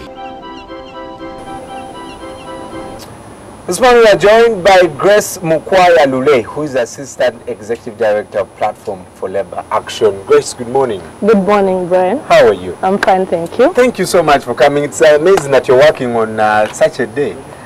Yes, it's International Labor Day. Yes, well, we should be working instead. Oh, we should be. We should be celebrating it. All right. And Rosa Mott Charlie. I think Charlie, who is a domestic worker, will also talk about her story later. But Grace, first of all, some people have said, you know what, it's not important to have these domestic workers. First of all, why are you, your organization interested in protecting rights of domestic workers? Platform for Labor Action is an organization that advocates for the rights of vulnerable and marginalized workers. Right. And domestic workers form part of those. And because of the nature of the work that domestic workers do, domestic workers actually their job is primarily to support women's affairs or women's development. The domestic workers enable working women to go to work. Okay. So Platform for Labor Action came in because when you look at domestic workers, usually they are female, majority of them are girls or women who work in the homes. And because they are seen as if they are replacing the role of women, remember before women used to work, they were not paid. Yes. Even then they are seen as cheap, so they are easy to manipulate and they are not involved into the wage or payments. So there is a need to change the social attitudes and society norms, because today women and men are working in homes and actually are earning a living from this domestic work. But the trend now is that actually women, well, go to the jobs. They are actually now forcing women get out of employment because of the things they are doing. So how then do you say they are helping women keep in active employment? It can be seen like that, but it's not true. Many of the domestic workers actually face so many abuses. They are not paid on time, or they are not paid. They face verbal and physical abuses. They face all lots of things. So because of that anger, and many of them are not educated, we had a survey in 2007 as Platform for Labor Action on the adult women, domestic workers, their human rights and the social justice systems. And we found that almost 80% of the domestic workers don't even know which organization can support them. 43% is not a helpers. They are seen as part of the family, however, they are not part of the family. Yeah, because there are many laws which have come up trying to protect the women, but the domestic workers are left out. They are not included in the national statistics. But well, the truth is, are they actually part of the family? Because, sorry to say, but some of them have come to just work. Some of them come in during the day, and that's what they do. They go out. Don't most bosses just look at them as workers? They come to your job and go. Actually, they are supposed to be looked at as workers with clear terms of references. This is what you're supposed to do. This is how much I'll pay you. But it never happens. They're easily manipulated because many of their contracts are verbal, and many people are not aware that even a verbal contract is binding. Is binding. It is. For as long as I say I'll pay you 100,000, let it be paid. But with the case of domestic workers, because they work in the homes and the labor inspectors don't even go to homes to inspect. The homes are not seen as places of employment. They are seen as if they are a separate entity. However, there are people who are working in those homes. They need the protection so that they are workers and they are paid on time. They are supposed to be treated as they treat you at NTV. You talked about rights of domestic workers, and what are those rights that you're trying to fight for, so that they accord to them, which are contained in the Employment Act. They should be applicable to the domestic workers. The right to be paid on time, the right to maternity leave, to sick leave, to a day off. They should be applied to, and also they have a right to rest, to work for minimum hours, as it is stipulated in the Employment Act. But because of the nature of their work, they end up working because there is no clear, society have failed to understand that domestic work is actually work. Is active employment. Yeah, it's active employment. What's your story? Because we know also many of the domestic workers go through a lot of, things, despite the bad things that domestic workers do.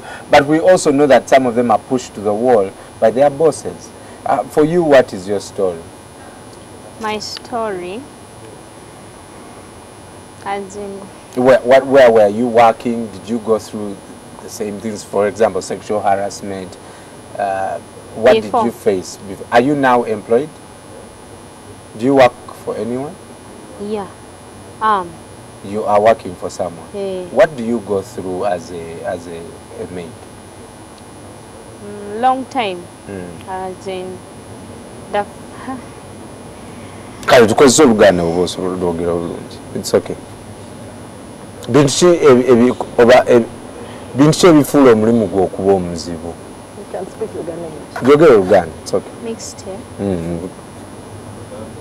Kale okunsasula obuzibu obwo bwali bwakunsasula.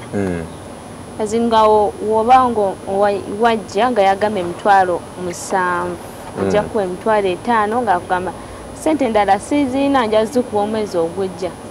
Omwezi ogujja nakwako emitwalo ng'ena agamba gwebala natengera tazikuwa kale bwe buzibu n'emirimu obanga wakatandika okukola emirimu.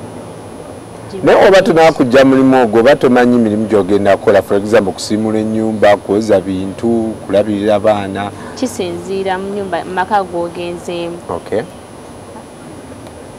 You can rush naye nga emengoye nyingi ofasidde olwogenza engoye nyingi tozoozangako okukyangu obaawo. Abaana nga bakyafu n'oyonje wakati wasigala era wakyafu. Bintu ki ebirala that you've been going through ng'olaba kyo kizibu? Boosi nga mukambwe.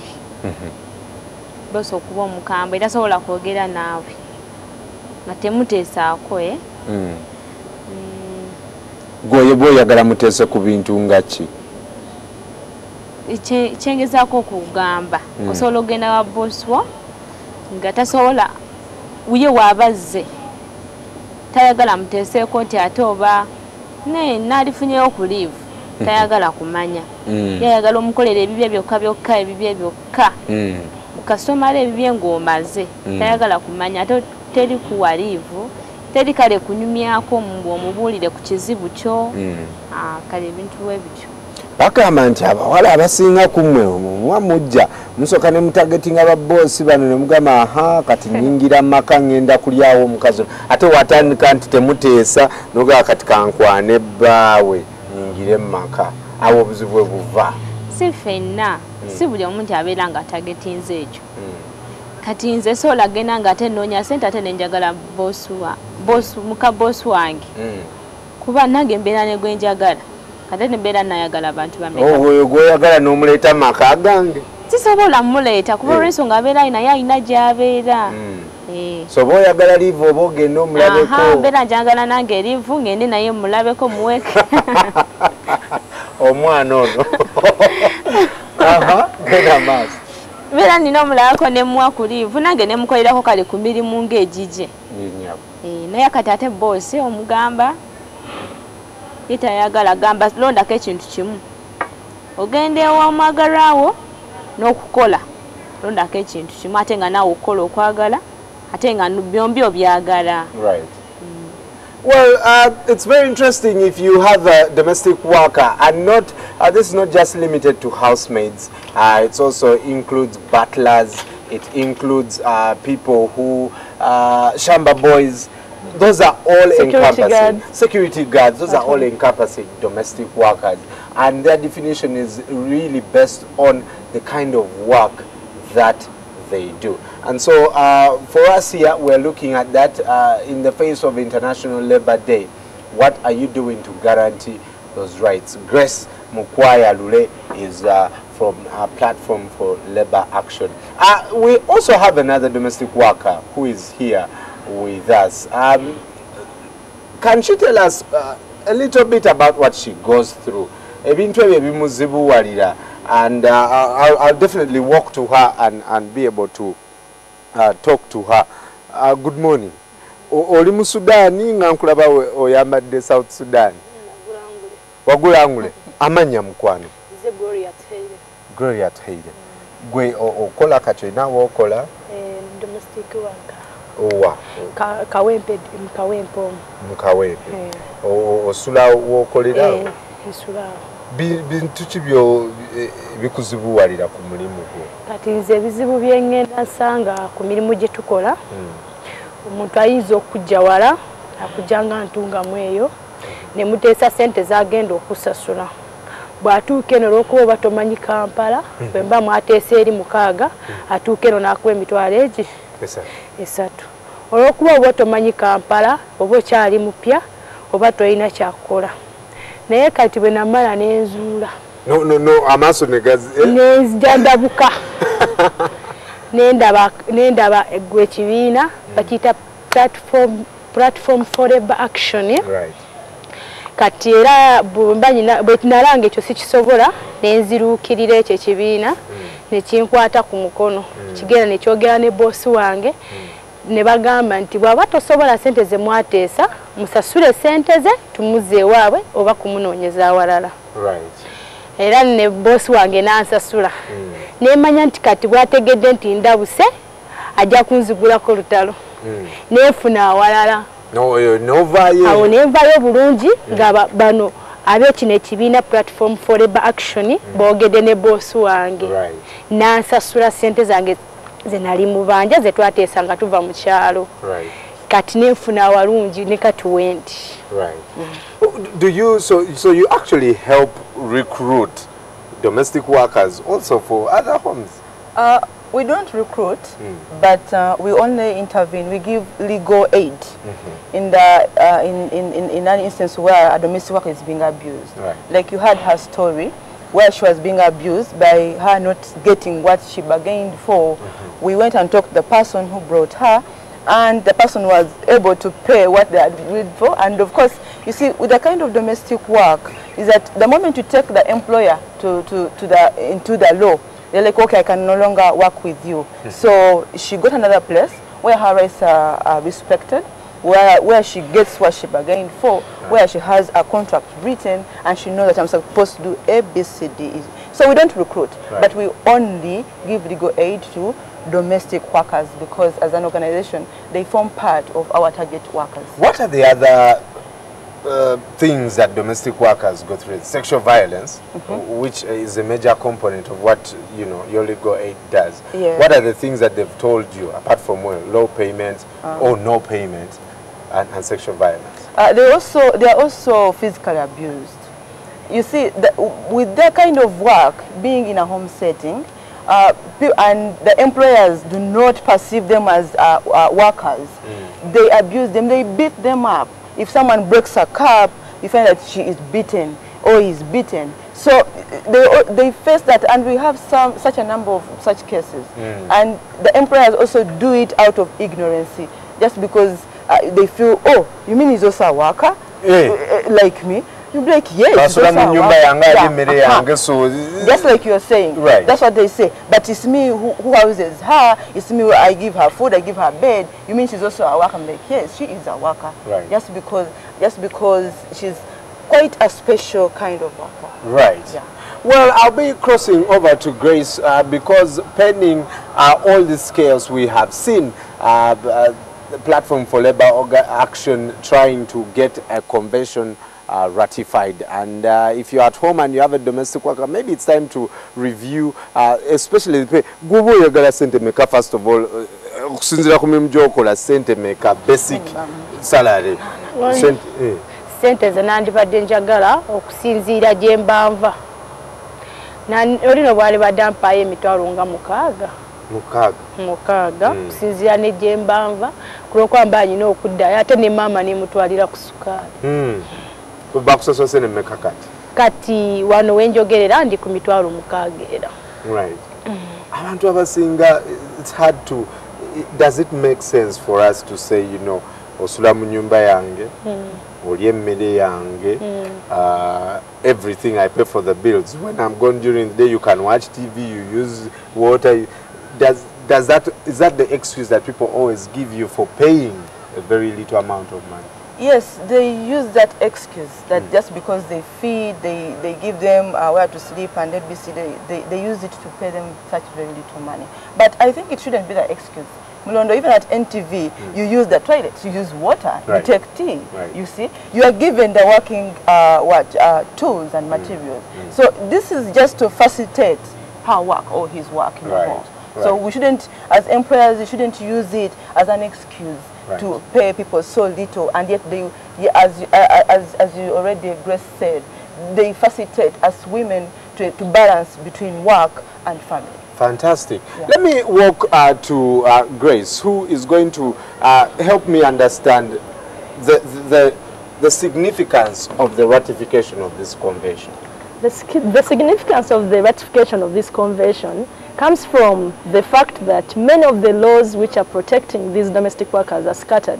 You can look at the Domestic Violence Act, which protects all women from violence. It also includes a domestic worker, but it puts them into a family situation. So it leaves out their employment protection. So they are protected as a family member from violence, but not as a worker. Right. And also when you look at the Employment Act, it provides for protection for all workers. But you can see we also have the International Declaration of Human Rights. It also protects the rights of everybody, but we have women's rights, we have disability rights, meaning this is a peculiar, a special group of people that need protection.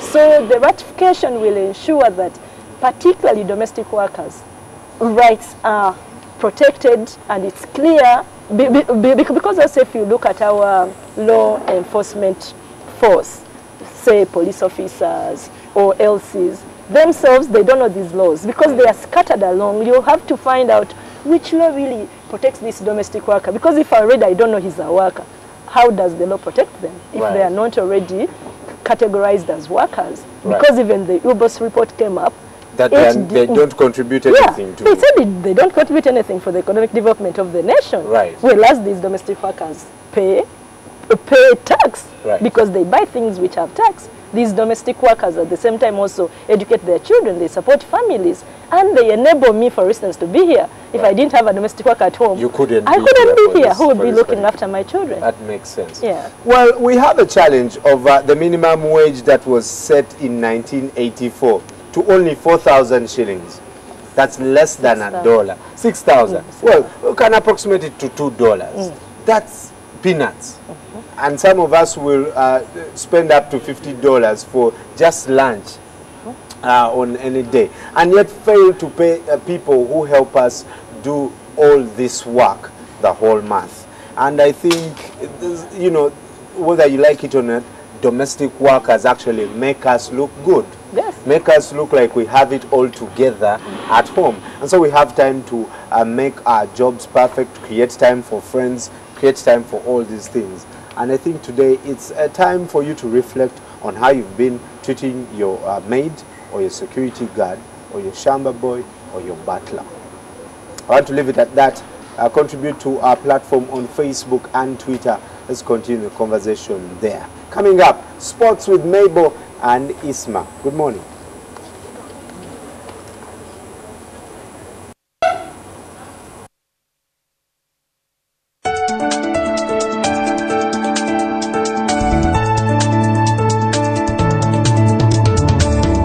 Everyday Life was brought to you by... And we are HTC.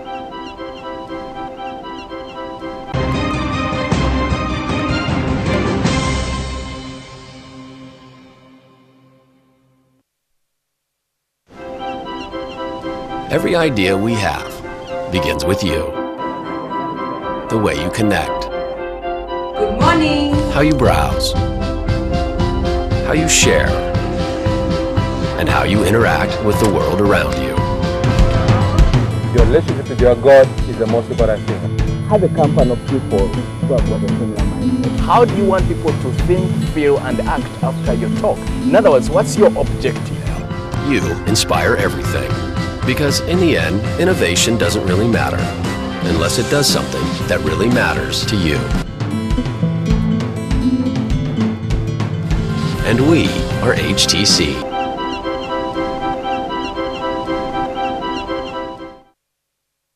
I'm gonna blow your mind and I'm gonna twist your taste buds.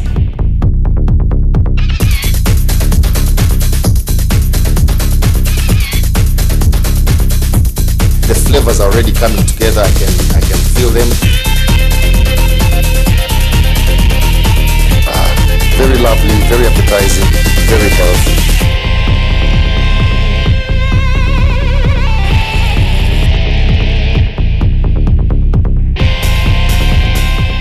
Remember, the way you see it, the way you like it, is the way you get it from my kitchen to your kitchen.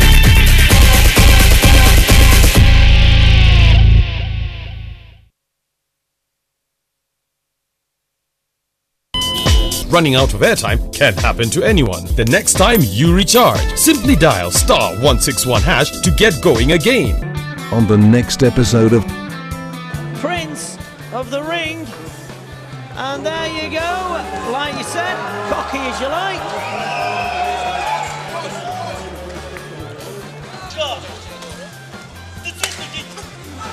A great shot, Mr. McCresnick.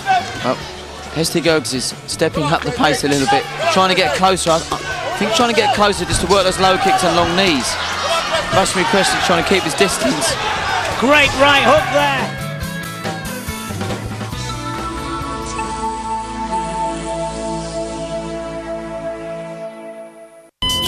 Running out of airtime can happen to anyone. The next time you recharge, simply dial *161# to get going again.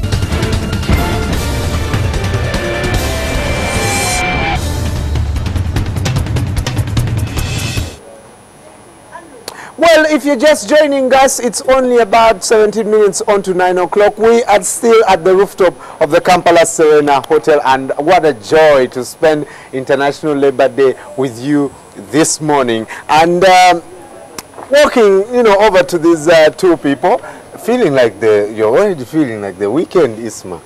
It's Labour Day, and I thought it wasn't one of those very busy ones. Actually, I could only sense from the amount of traffic from where I live coming here.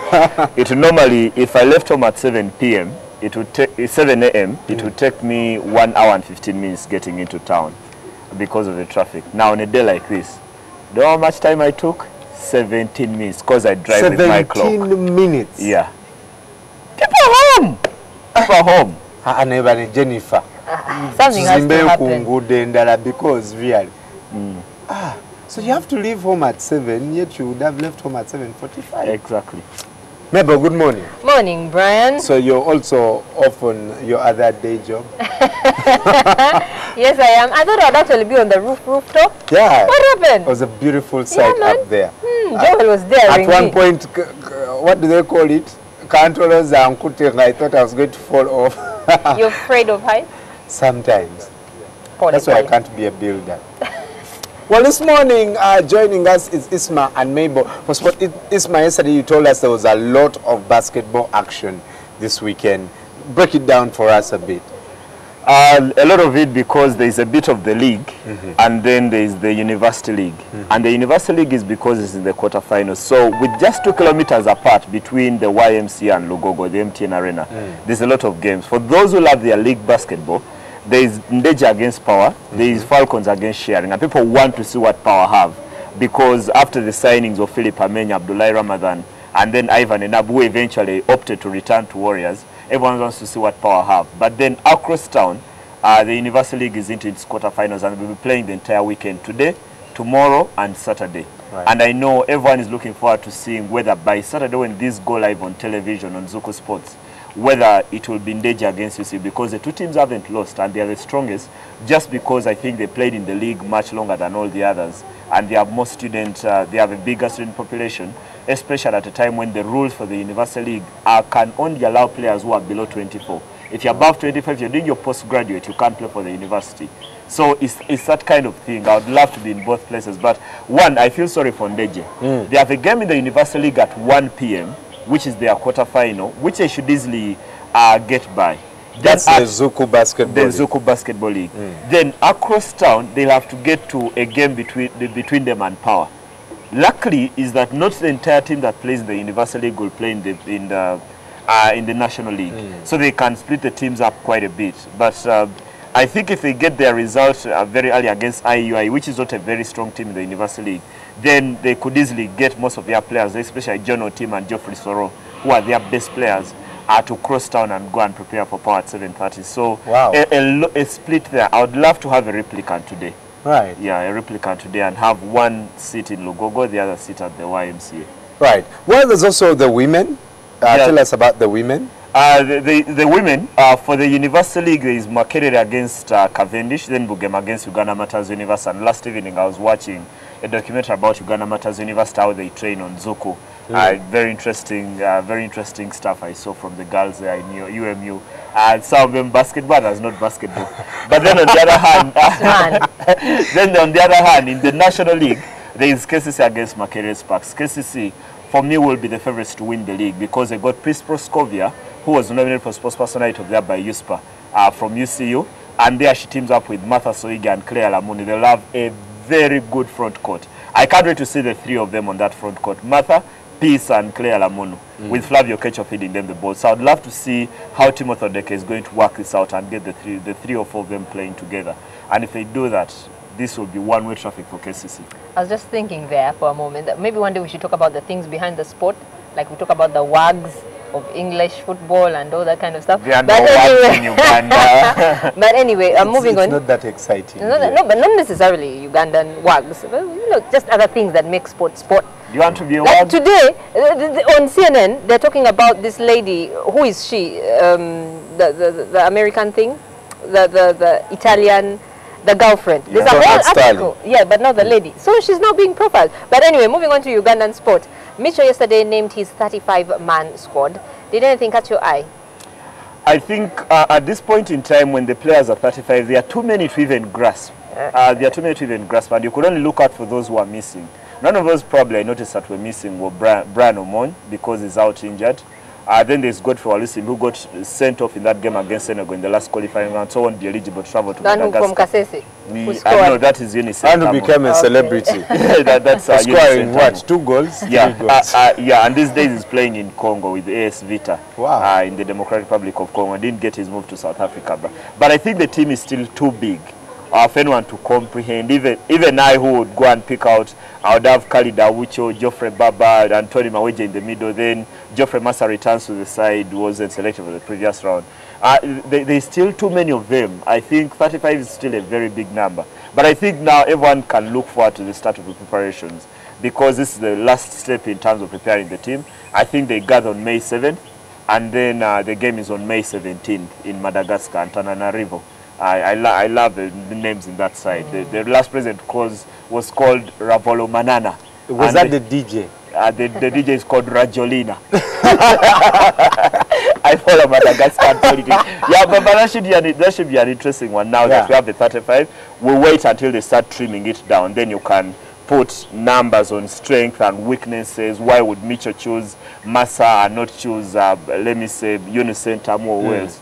And then I think at that stage you can start to point out what catches the eye and what doesn't. Well, speaking of interesting, one of the most entertaining boxers in history, Floyd Mayweather, will be having a fight this weekend where he's likely to pocket $40 million. Yeah. This man is... And yesterday, as he arrived at the MGM Grand Arena Hotel just outside the venue of the fight, he was in a Maybach, and it's white. The doors don't open like your car. Yeah, your car. It's one that the doors will go the opposite side. But for Floyd Mayweather, another chance for him to extend his record to 46. We all know what he's done because he's unbeaten in 45. But this is a very different fight from all the others because the opponent was chosen via Twitter. Mayweather asked his 4 million followers on Twitter to choose a fighter between American and Marcos Maidana.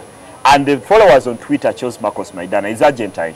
Doesn't have that kind of aura. He's not a big name. But when you look at his record, he's fought, I think, 35 times.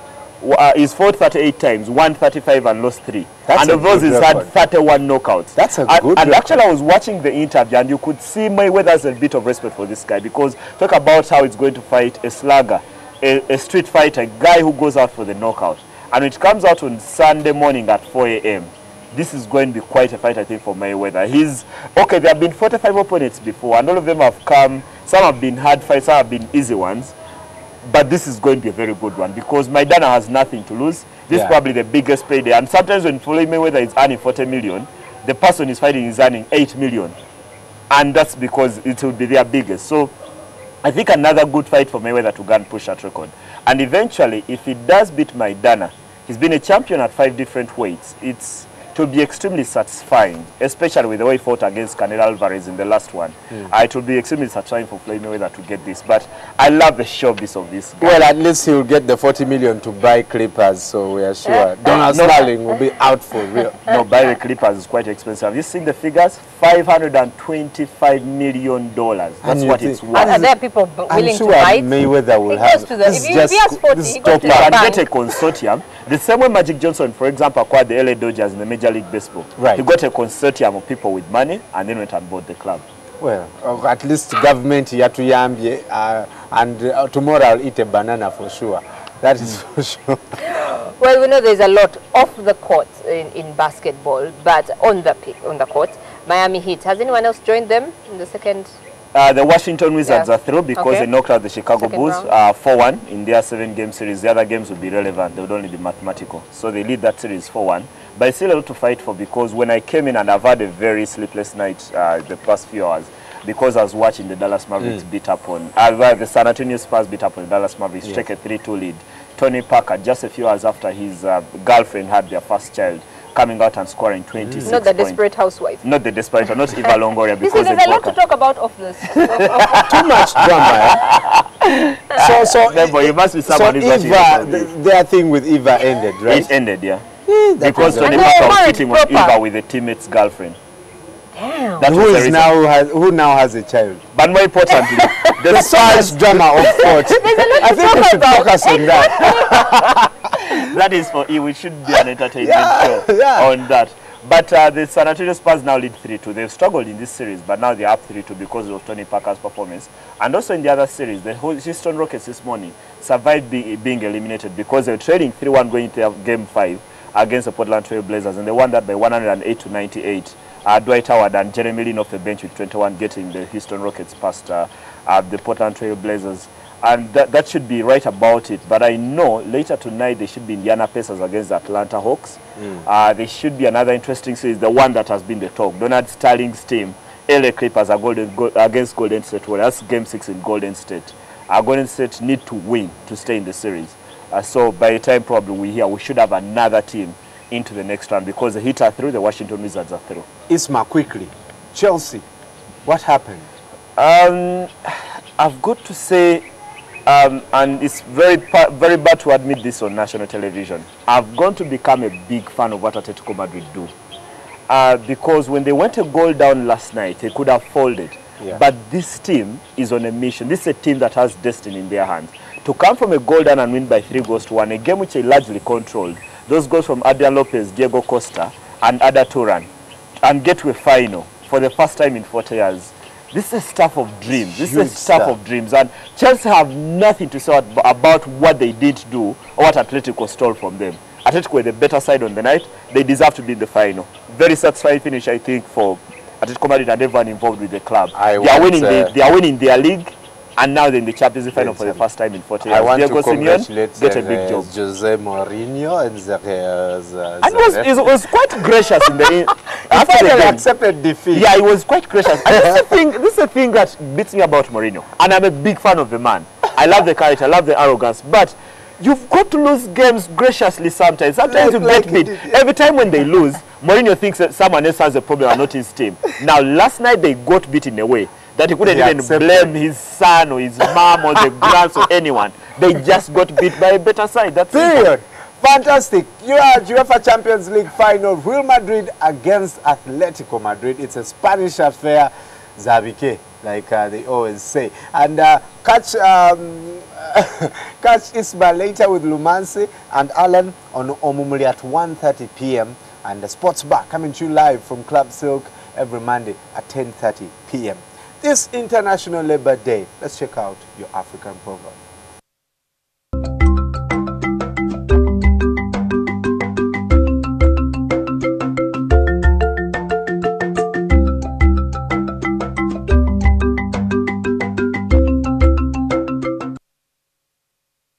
Who want rain must also accept mud.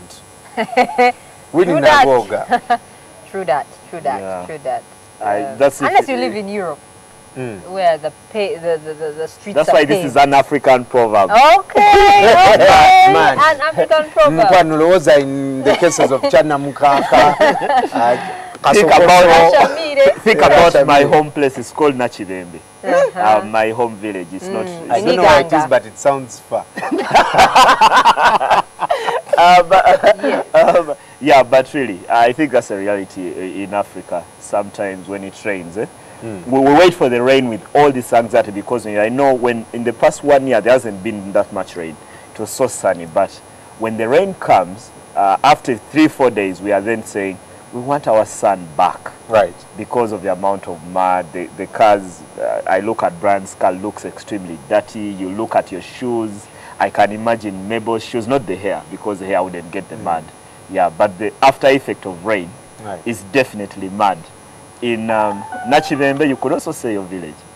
My village is Kabata. And yours? Mine is NTV. Yeah. Queen.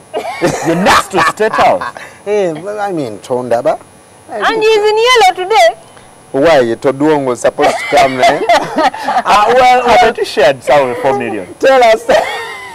Tell us any African proverb that you'd like to share with us, and we'll profile it on this show. Quick look at your comments. Many youths are unemployed because they have poor attitude towards work and they lack skill. And Bukenya Ivan Snoop saying, just create your own business and you'll overcome unemployment. Ivan was waiting for the personality that was hosted. Today we had a very good show on everyday life, focusing on maids. I love Douglas's idea because we are losing vocational institutes which would have trained our youths to get skills. The jobs in Uganda are there for the few. Even when you apply for them, they sell you out. All right, when we have 3,000 people applying for a job that will only take 8 people, it's definitely I think it's one of the things we should reflect on this Labor Day. Yes. One of the things it's one topic, unemployment every time. Right. Yeah. Well, today's theme is basically focusing on the youth, and for the rest of you, maybe if you're a young person, it's time to try and think of ways to create that extra job for yourself this morning. I want to say hasta la vista, baby, from the morning at NTV crew that have braved this, you know, waking up in the night and choosing to serve Uganda on this International Labor Day. Bye-bye.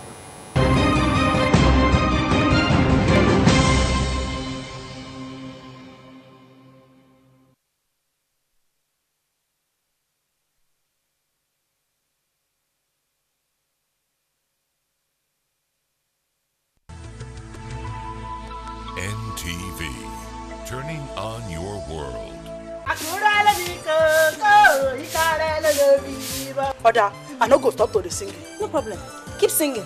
This singing will put you in trouble very soon. You won't believe it's the boy's father that inflicted such injury on him. Just because he stole 50 naira. 50 naira for that matter.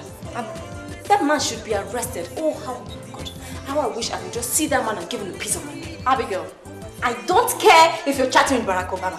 When you're at work, you learn how to detach yourself from that phone else to get you into trouble. Whatever. I mean, you should be happy that a pilot is asking your friend out.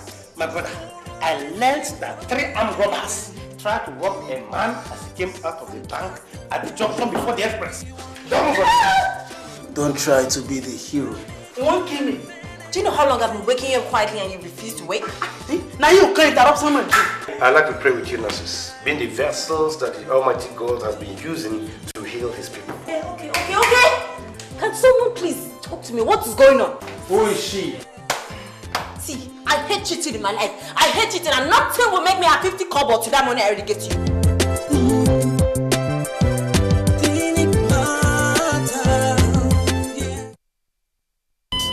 Running out of airtime can happen to anyone. The next time you recharge, simply dial *161# to get going again. On the next episode of Jazz with Isaiah,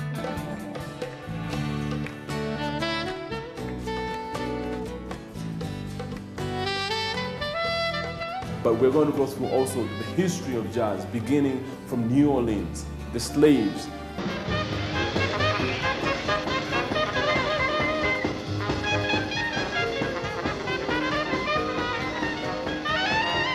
New Orleans was the only place in the New World where slaves were allowed to own drums.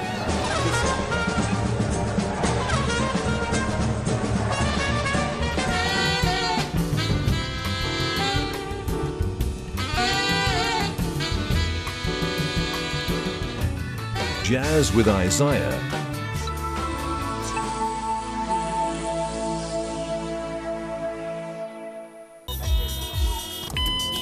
At Orange, we know that running out of airtime can happen to anyone. That's why we bring you Wetase. Simply dial *161# to get going again. Convenience changes with Orange. Today changes with Orange.